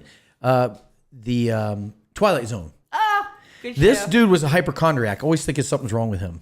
Okay. And so the devil shows up and says, "Hey, I'll make it so you'll never ever get sick, and you won't even die. You can live forever." He said, "What's it going to cost me?" He said, "It'll cost your soul. When you decide that you're done, I get your soul. Yeah. But if you never decide you're done, nothing can kill you. Mm-hmm. Nothing can take you and force you into my arms." And the guy's like, "Oh, fuck. I can live forever? That was a good episode. I'm doing it." You see it? Yeah, I have. He was So also the guy- fighting with his wife. Yes. Yes. So what did he do? He went out there and he played the slots. He always won. Yeah. Always won. He went and then he started jumping and got another caller. I'll be right back with you, caller. Aw. So then, hey, Jeremy's one of the other callers. So then everything he did, he won. He jumped in front of a train and he didn't get killed. Mm-hmm. He jumped out of a plane without an parachute and didn't get killed. Mm-hmm. The thrill of the risk was gone. Mm-hmm. And then it drove him crazy. He was numb. Yeah. He's like, I need a challenge. Right. I need a challenge. I can't, it's not good that everything goes my way. Right. And then he said, I'm done. I can't live like this. Mm-hmm. And the devil got his soul. Because the devil knew that to have everything you want, you become numb. Wasn't he also in jail at the end of all of that? Yes. Didn't he kill his wife or jump out of the something? their Yeah, balcony I or remember he was in something? jail when he decided he'd die, right? Yeah. I don't remember what that was, but yeah, the whole idea though was just phenomenal. That it's true. When you have everything you want, you're numb. You can say all you want when you're going through a hard time. Yeah. I don't care. I'd be happy if I had all the money. You would have some problems, new problems that you wouldn't exist, that you didn't know. First, this Joseph Leper called. You know Joseph? Jeff Leper? I haven't heard him. All right, so I'm going to bring Joseph on. Hey, Joseph, you there? Yeah. Hey, how you doing? Not too bad. How'd you get bullshitted to let this lady be on your cast? Like this is hilarious. Do you know anything about this lady? I know that this is what I know about her. She's amazingly positive. She's awesome. That she's positive. She believes she can do anything. She has her hands in so many events and so many things. So Hold on now. Right, you know that you can believe that you can do anything. That doesn't make it true, right? That's true. Just because I want to say that I'm something, like I'm a fish, that doesn't make me a fish, right? So right. What's this lady, especially the jiu-jitsu instructor, right? What's her rank in jiu-jitsu? Oh boy, we got one of these. Okay, I got you. You need to study. Why don't you go to my Well, Facebook page? that's a legitimate question. Have you looked up Lady I'm Liberty? all over. Have you looked up Lady Liberty? That's her. Yeah, her amateur record. Listen, let your caller. If you're gonna be legit. Okay. Yeah, let me talk. Okay. Her amateur record is 5 and 18. Her professional record is 0 and 8. She's a white belt in jiu-jitsu. She's never been an instructor anywhere. She's never been an actress anywhere. She's never promoted an MMA fight ever. And you got this lady on here. You're trying to be legit, and you don't know anything about the guest. And it's hilarious. Okay. All right. So let's let Catherine respond to that. Okay, well, I'll just tell you a little bit about myself, and if you'd like, you can ask about me plenty. Okay, so for one, that's a crazy record. There are a lot of there's SureDog and some other sites that you can go to look at records. Unfortunately, Miami record, I have no idea what it is at this point because as Amis, we get screwed a lot. There are sometimes where you'll win a fight and that promotion may or may not even list it. And I'm quite aware of that. I'm 13-1 as an amateur, or I'm 12-1 as an amateur, but I'm technically 12-2. Oh, okay. So Okay, I know, so I you know know. what you mean. So you do know. And as a Well, pro, yeah, I ordered you to fight this. as a pro, I'm actually 0-2. I haven't won either of my pro fights, unfortunately. You fought Katie. Hold on, you fought Katie Collins 3 times and got smashed all 3 times. No, I fought her as a pro twice. I fought her as a pro twice. And I don't even know how many times I fought her as an AMI. Oh my God. When was the last time you were on a mat? When was the last time you trained somewhere? Was that 2015 or 17? 12 years? 17? No, it's No, not 12 years. No, it was what, 2017? Do you remember what year that was? 2017. Also, yes, I have co-promoted and I also have trained people. I actually started in 2009. Ooh. I started in 2009 with Howard's ATA over in Lake Ozark, Missouri. And I was with them. School. Yep. And I was with them, shoot, I don't remember what year he left to Jeff City and turned it over to the Rojas brothers. I did go pro, what was it, 2015? 2015 I went pro. So I was an AMI for quite a long time. I wanted to make sure I made the right decisions with my career. And there are actually newspaper articles. A man named Jamie from the Eldon Advertiser came and covered me while teaching class. Yeah, I looked up Lady Liberty, Joseph, and I don't know if you have on it, but here's the thing too. What's the point with your? I mean, at what point do you think that you can be? Well, I have a question. If you were to have someone, let's say someone said that they were a United States Marine, right? Okay. And you had them on your podcast, right? And it turned out that they were not a United States Marine; they were a liar. But that's how would you feel about that? I understand that, but you're comparing apples and oranges. She actually has had pro MMA fights, and she actually has trained people. Anybody in the world can have a pro MMA fight and go get smashed. She's never won a fight. Okay. She's trained at a Taekwondo school, bro. Well, that you don't know who you're talking to. You don't know who I am, though. We've never met, obviously. I've cornered you for probably 8 fights, Catherine. Who is this? This is awesome. What's your name? Because my cornerman has always been. I don't care. You got yourself bullshitted here, this bro. What is your name? You guys have a good show.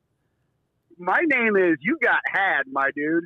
That's my name. This is so you don't want to say your name. You said you cornered her, but you won't give your name. But you won't give your name. I am all over the internet. What's that? What's your name? What is your name? If you cornered her, what is your name? What would it matter what my name is? What would my name have to do with her being accurate? All right, thanks, bro. It's all thanks. right. That's all right. I'm fine. I get this all the time.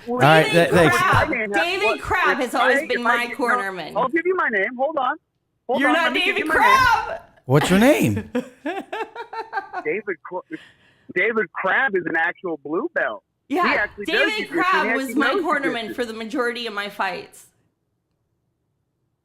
And David Crab was a white belt his entire career, lady. No. You're insane. I'm insane. Hold on a second. Look. You're insane. This is amazing. If you're not going to make yourself, if you're not going to give some credibility by telling who you are, I mean, who are you? My name is Mark the Bold. I'm a black belt in Brazilian Jiu-Jitsu. Oh, something Mark. This lady will never be because I'm legit. What the hell is this? You're a fucking joke. This is ridiculous, dude. If you're going to have people on your show and you want to be a legit show, you're talking about you want sponsors and shit, really surprised. Vet the people you're going to have. Find out who's going to be on your show. Get actual information about them because this is a joke. It's hilarious. Okay. You got stolen valor. It's unbelievable. Like, I don't care how many plates you want to pretend like I'm a bird, I'm a plane. Like, it's a joke, man. Like, come on, get some credibility. I just interview people. Okay, so first of all, you're sounding. Unfortunately, I don't understand what your beef is because you're sounding like I don't know, like you're jealous or something. I don't. Oh no, I mildly troll Catherine every once in a while. Yeah, he does. But why? Why? All this stuff. But why? It's awesome, dude.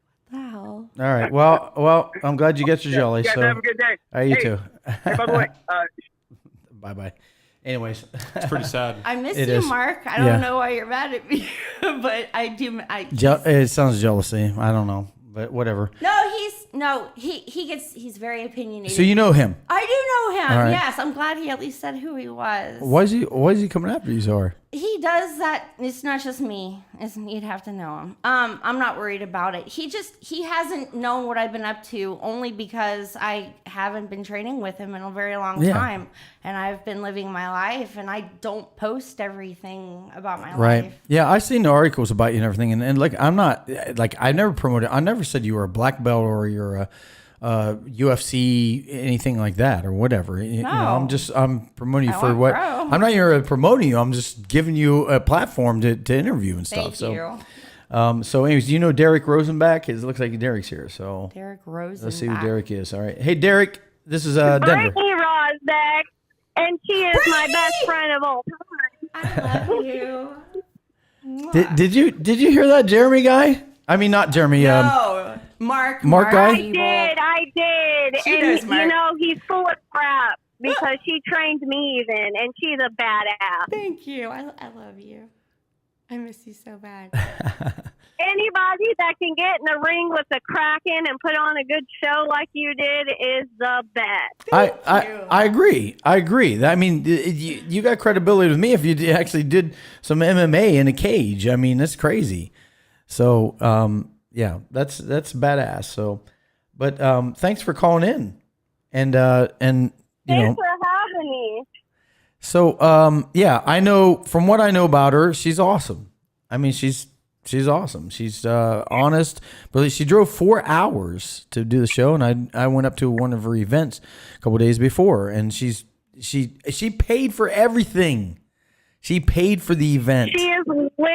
She's literally the nicest person I've ever met in my entire life. Absolutely. And, you know, I mean, you know, she may not be like Ken Shamrock trainer, but who said that that's the way it was? I mean, so anyways, I don't know. I don't know why somebody has to call in and try to discredit some people. If, matter of fact, what's his name? Mark Diebel. If Mark wants to be on a show, if he wants to show his stuff and what he knows and talk about it, I'll have him as a guest. He's actually really impressive. Don't let his I'll have him as a guest. I wouldn't judge his abilities by way he's acting, but it is kind of he just doesn't know what's been going on. It's not well, not only that, but it's like I don't know. That's not really the creed of a good martial artist is to tear other people down. No, it's not. So that's not impressive to me at all. But Mark, hey, if you want to come on and show your stuff and talk about what you do, hey, I'll give you a platform. You know, I'm trying to. And who am I? It's just like this, Mark. Who am I? Who's my platform? Who's the Denver show? Nobody. I mean, you know, I've had a handful of shows. I've had we started getting some success. I lost my co-host. I moved out away from my co-host, and now I've got this, and I do it every once in a while. I would like to get it going permanently, but that's more up to me. But it doesn't discredit me because here I am doing it. Here I am. I got callers on the phone. Okay, it takes thousands of dollars usually to set this up. I could take hundreds of callers on this phone. I'm an amateur podcaster. I'm not saying I'm a great podcaster. So whatever. I mean, you know, we're all doing what we want to do, and that's the thing. And that's the thing I know about Catherine is that she freaking goes after it, and that's what I admire her about her. Thanks. That she just keeps going after it, and she does what she wants to do. And you can't. I love people who. It doesn't matter. It doesn't matter if they have 10 followers or 100 followers. I love people who go out there. The person with 10 followers can go out there and promote and be as excited as somebody who has a million followers. And that's what I admire about you. Thank you. So anyways, somebody else. Oh, your friend dropped off. So, hey, we're going to bring Jeremy. Jeremy's my friend. So let's see. Let's see. Hey, Jeremy, how's it going, buddy? Oh, man, that guy totally doesn't understand the point of your show. Right, exactly. It's like not about people who live in ivory towers. Exactly. I didn't say that. I'm going to have all the about everyday people. Exactly. And their Thank you. Ideas and perspectives on things that happen like this. Exactly. Yeah, right. Exactly. I mean, that's the point of your show. So that means your guests are perfect for it. Exactly. Yep. No. So it's a platform. There's a perspective your guests have that all the big AAA people will never ever have. Right. It's a platform for All everybody. the For everybody. talking heads, all the big A-list celebrities, they'll never understand life the way your guests do. Yeah. And Exactly. that includes champion black belt BJJ guys. They will never be able to understand life the way Jeremy's awesome. It is cool. you and the people that you have as your guests do. Thank you, Jeremy. And I that's appreciate what that. makes your show valuable. Exactly. Anybody has access to this, and I realize, like I said, I'm not a giant podcaster. I'm not By the Joe way, Rogan. I'm creating my own form of point contact rules. Yes, Jeremy. Actually, Really? I got to say something about Jeremy. He's serious about this. Okay. Jeremy wants to bring back. I've been studying this stuff, all The kinds duo. of martial arts, since the time I was 7 years old. But the thing that's different from me and a lot of these MMA guys is that I grew up on the autism spectrum in 1980s rural Ohio. So I had to use everything I learned for real. But you want to bring back the duo, right? I had thought about bringing back, like, having ideas, rules about bringing back the duel. MMA actually is duel. good rules for fighting. I said it wrong. If you want to make sure that you don't accidentally kill somebody. Oh my God. So if two people have a beef, you want to give them swords. MMA is good rules for, like, if two people fight and you don't want to accidentally kill someone, bare knuckle, you don't want to accidentally kill someone, MMA is actually a pretty good rule set. I think But so. here's where MMA is different than, like, old school karate, like before it became a sport. When karate was being made, it was made with the idea of not only will your opponent attack your throat, your spine, your occipital, your groin, but they will do it the absolute first chance they get. And I think a lot of things have been lost in karate in the bombing of when Japan was being bombed. And what I'm trying to do is try to restructure that. Okay. Well, talk about your duo thing. What were you saying? You actually want to give them swords? Duel, right now we're just too quick to insult. And I think right now we should bring back the duel, at least to get amongst males, because we have that primal need. Wow. So how would it work, Jeremy? How it works is somebody gives a personal insult. Okay? I'm not talking about a disagreement. I'm talking about, let's say somebody called me to say that I support one particular politician. And I'm like, you know what? I am offended by that. Oh, no. I demand an apology. Oh, my God. If they say, I'm not going to apologize, then you can say, then I challenge you to a duel, and then maybe to first blood, or to incapacitation, or to knockout, or to submission. All right, so you're not talking about swords. No, I'm not talking about swords. Okay, I got you. Okay. You're using MMA. Don't they have a fighting thing called grudge match or something? Or? Yeah, there are grudge matches, yes. No, they have street beef. Yeah, is that what you're talking about? Something like that? Street beef is legit, man. But yeah, but this would be bare knuckle, and this is just to settle grievances. And so here's the deal. That could actually get pretty The costly, idea is too. that if a man is going to insult another man, he should be willing to face them on the field of honor. Otherwise, he's not much of a man. You know what? I've often thought, you know how today, if two people get in a fight, they can charge each other with assault, go to jail, right? Yeah. And it's like, I remember back when I was younger, where cops would show up and say, look, come on, guys, shake it out, shake a hand, you're done, all right? And they go their own way. Mm-hmm. So it's like, I don't think every fight should be, an arrestable offense, even though it's assault. Mm-hmm. No. But it's just like, Especially if two guys want to go at it and say bam, bam, and they're done, that's it. They did it. It's done. Consensual combat. There are states that have consensual combat rules. Right. Florida has some very flexible consensual combat rules. Really? I didn't know that. Oh yeah. So if me and you decide to get in a fight and we fist fight and the cops are called and they show up, we're not necessarily going to get arrested? That's right, because both people consent. Mm-hmm. Oh, that's cool. I've actually Who's going to heard charge about who with this. assault? I've actually heard this. There are places, I've actually heard of places, yes, even here in the U.S., where they will let people just duke it out. And it is, Miami. it is consensual. They have consensual laws. Yeah, it's consensual, like Miami. The fact is, though, as soon as you say you don't want anymore, the other person has to back off. Mm-hmm. Sounds cool to me. So the moment you say, I've had enough, other person has to back up. Otherwise, it becomes assault and battery. Yep. Yeah. I've seen some videos where a guy beat the tar out of someone and said, "You done? You done? All right." And he, even helps him up. Yeah. Says, "All right." Is that really legal though? Like you can do that in the United States? It should be. Yeah. Wow. Jeremy says here it is. Think about it. Who's going to press charges on who? Well, it was consensual combat. I understand that, but if you don't have a referee present, and You might get disturbing the peace. If it's like in public, you might get disturbing the peace. Right. Well, but and I mean, even if you're out in the country and there's no one present but a police officer, you get hit and you're knocked out and you fall on your head wrong, you could die from that. And I mean, what happens then? That would be what happens then? That would be involuntary manslaughter. We are right, but also you could even just die from a blow to just a true. punch. But don't you assume that risk when you agree?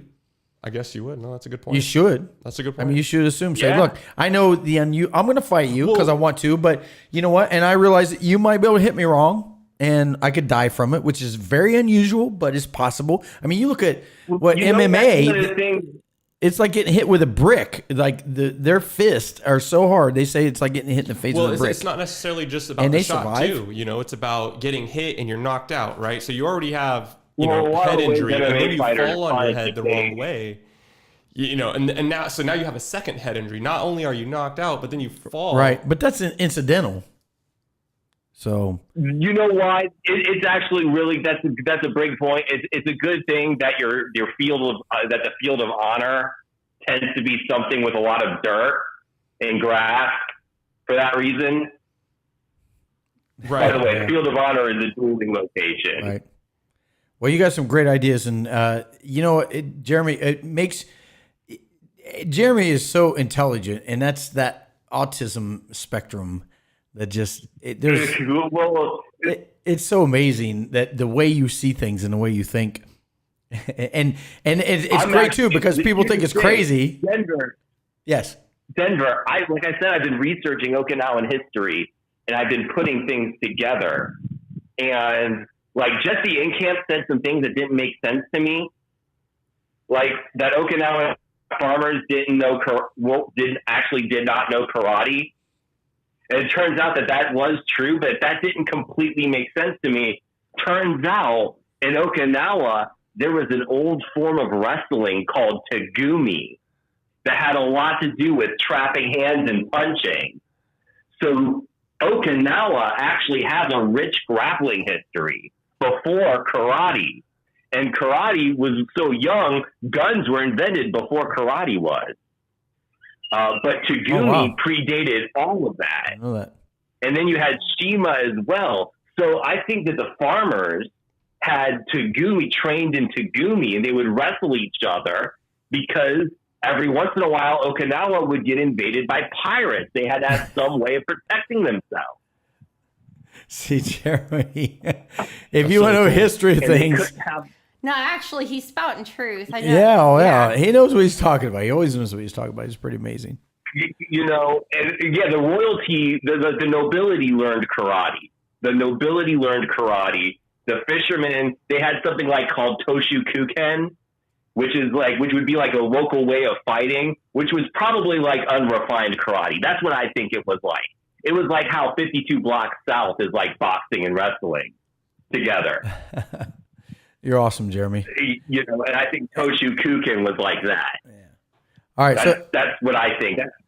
All right, but hey, That's what I listen, think. I want to get back to Catherine. I want to also address this Mark guy, whatever, talk more about him. So, but anyways, thanks for calling in, Jeremy. I appreciate it. And All right, we appreciate always you. appreciate I can't you, wait to man. hear you. I can't wait to hop back on. I actually just called you on my lunch break. You're awesome, And bro. I'm about to go off in about 5 minutes back to work. All right. You know, but it's been a lot of fun. I'm actually charged. I think I can handle talking to people now. Duh. All right. Take care, buddy. Make it a great day. Take it easy. All right, bye. Jeremy is awesome. Seems like a great guy. He is. Oh, he's a great guy, and he's so full of knowledge. He's he's on the autism spectrum though, so he just will just overload you with information and stuff like that. So, but he's just so phenomenal. I love him. So, anyways, so let's talk about like Mark. So you say he trolls you regularly and everything, right? First of all, I'm sorry you had to go through that, but whenever you're live too, it's okay. whenever you're live, also there's always that vulnerability and that risk that somebody that some enemy, even me, there's people out there that hate me that would call in and start saying shit about me or whatever. So it is what it is. I mean, so I'm sorry you had to go through that. I'm not worried about it. But it's like, so you want to talk about, because originally we didn't even get to it. You training people, like you go to different gyms and stuff like that and train people with martial arts stuff. You're not saying you're some whatever, like Ken Shamrock or something. No.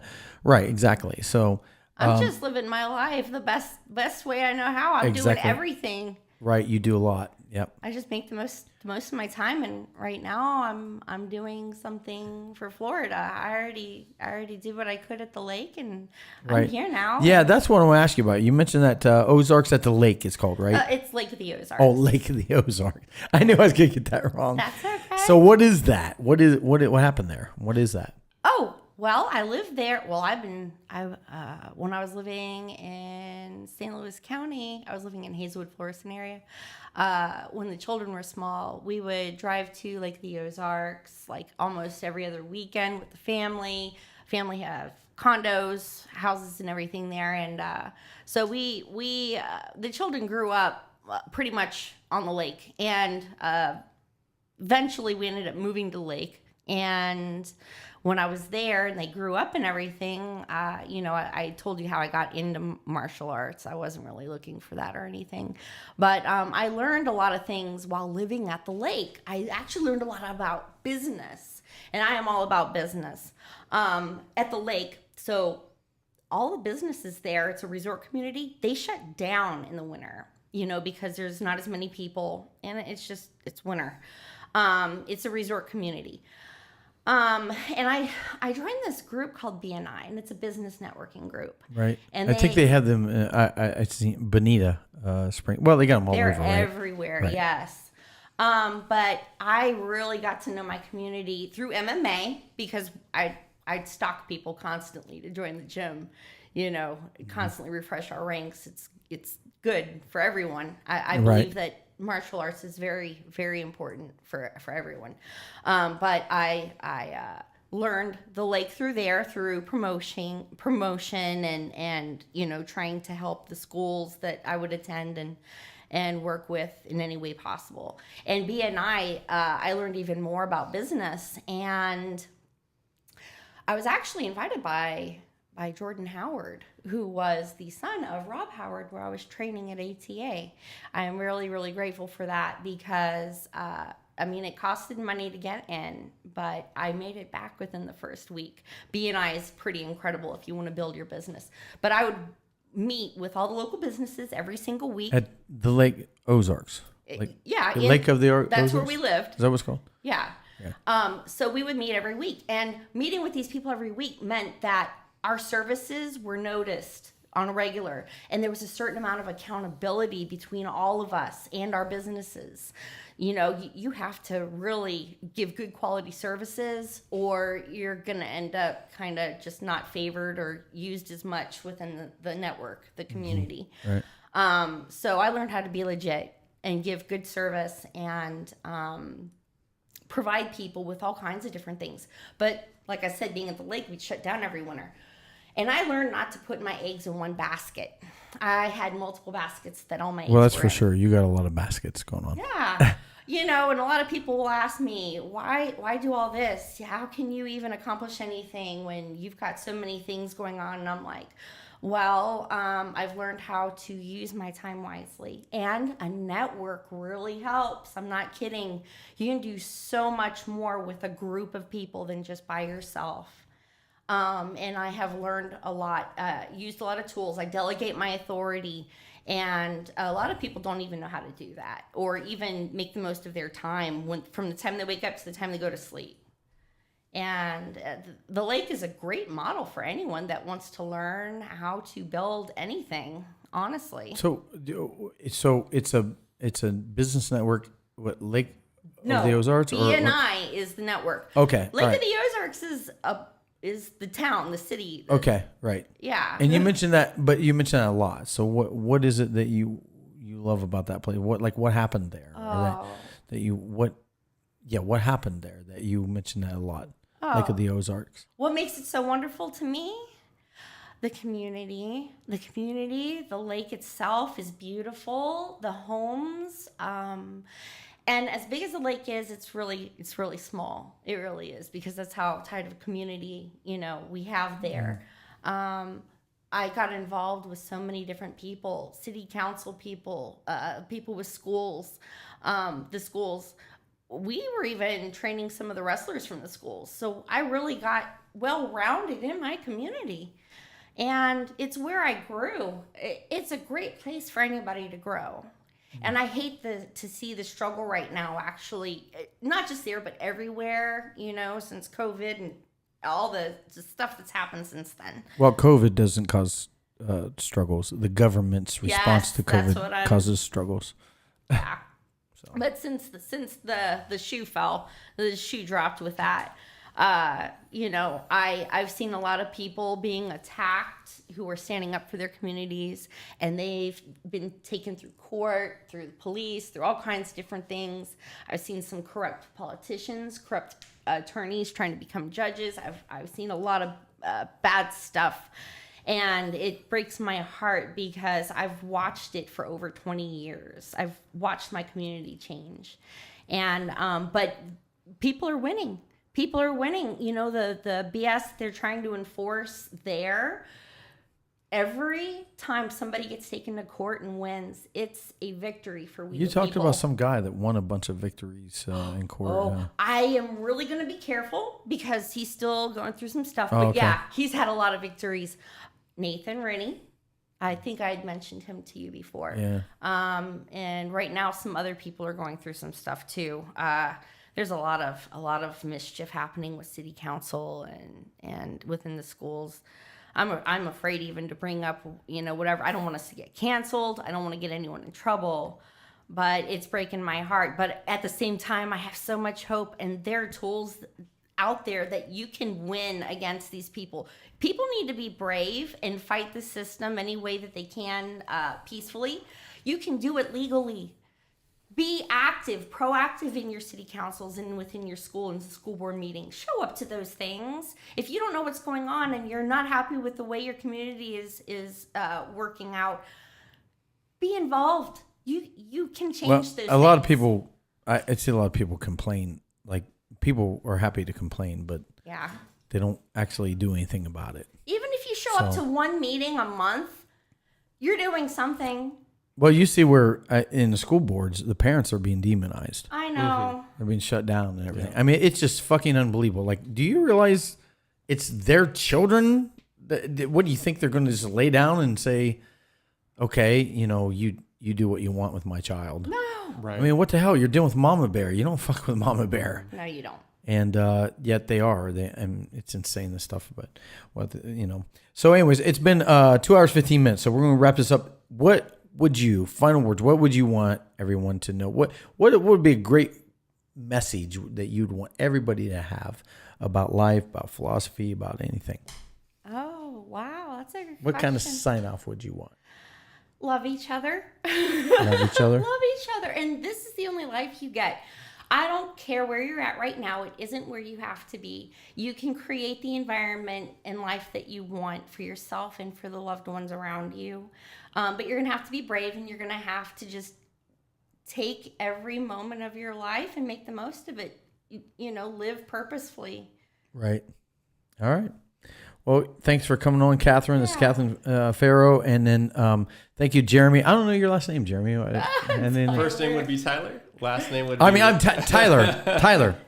No worries. Okay. No worries. I knew it was Tyler. I was thinking of Jeremy because... For what it's worth, I'm terrible Tyler. with names myself. All right. But my last name is Randall. Randall. Okay, so much.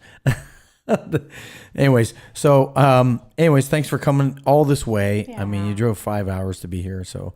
and I was at your networking event. That was a nice place, and you paid for everything. That was it's so generous of you. It's so amazing. So You're welcome. thank you so much. I see how you really want to bring people together and everything. And that to me is the most amazing thing about you and that I love about you. So anyways, so we're going to wrap this up. So this is Denver, the Denver Show. Thanks for watching. If you're watching, and make it a great day.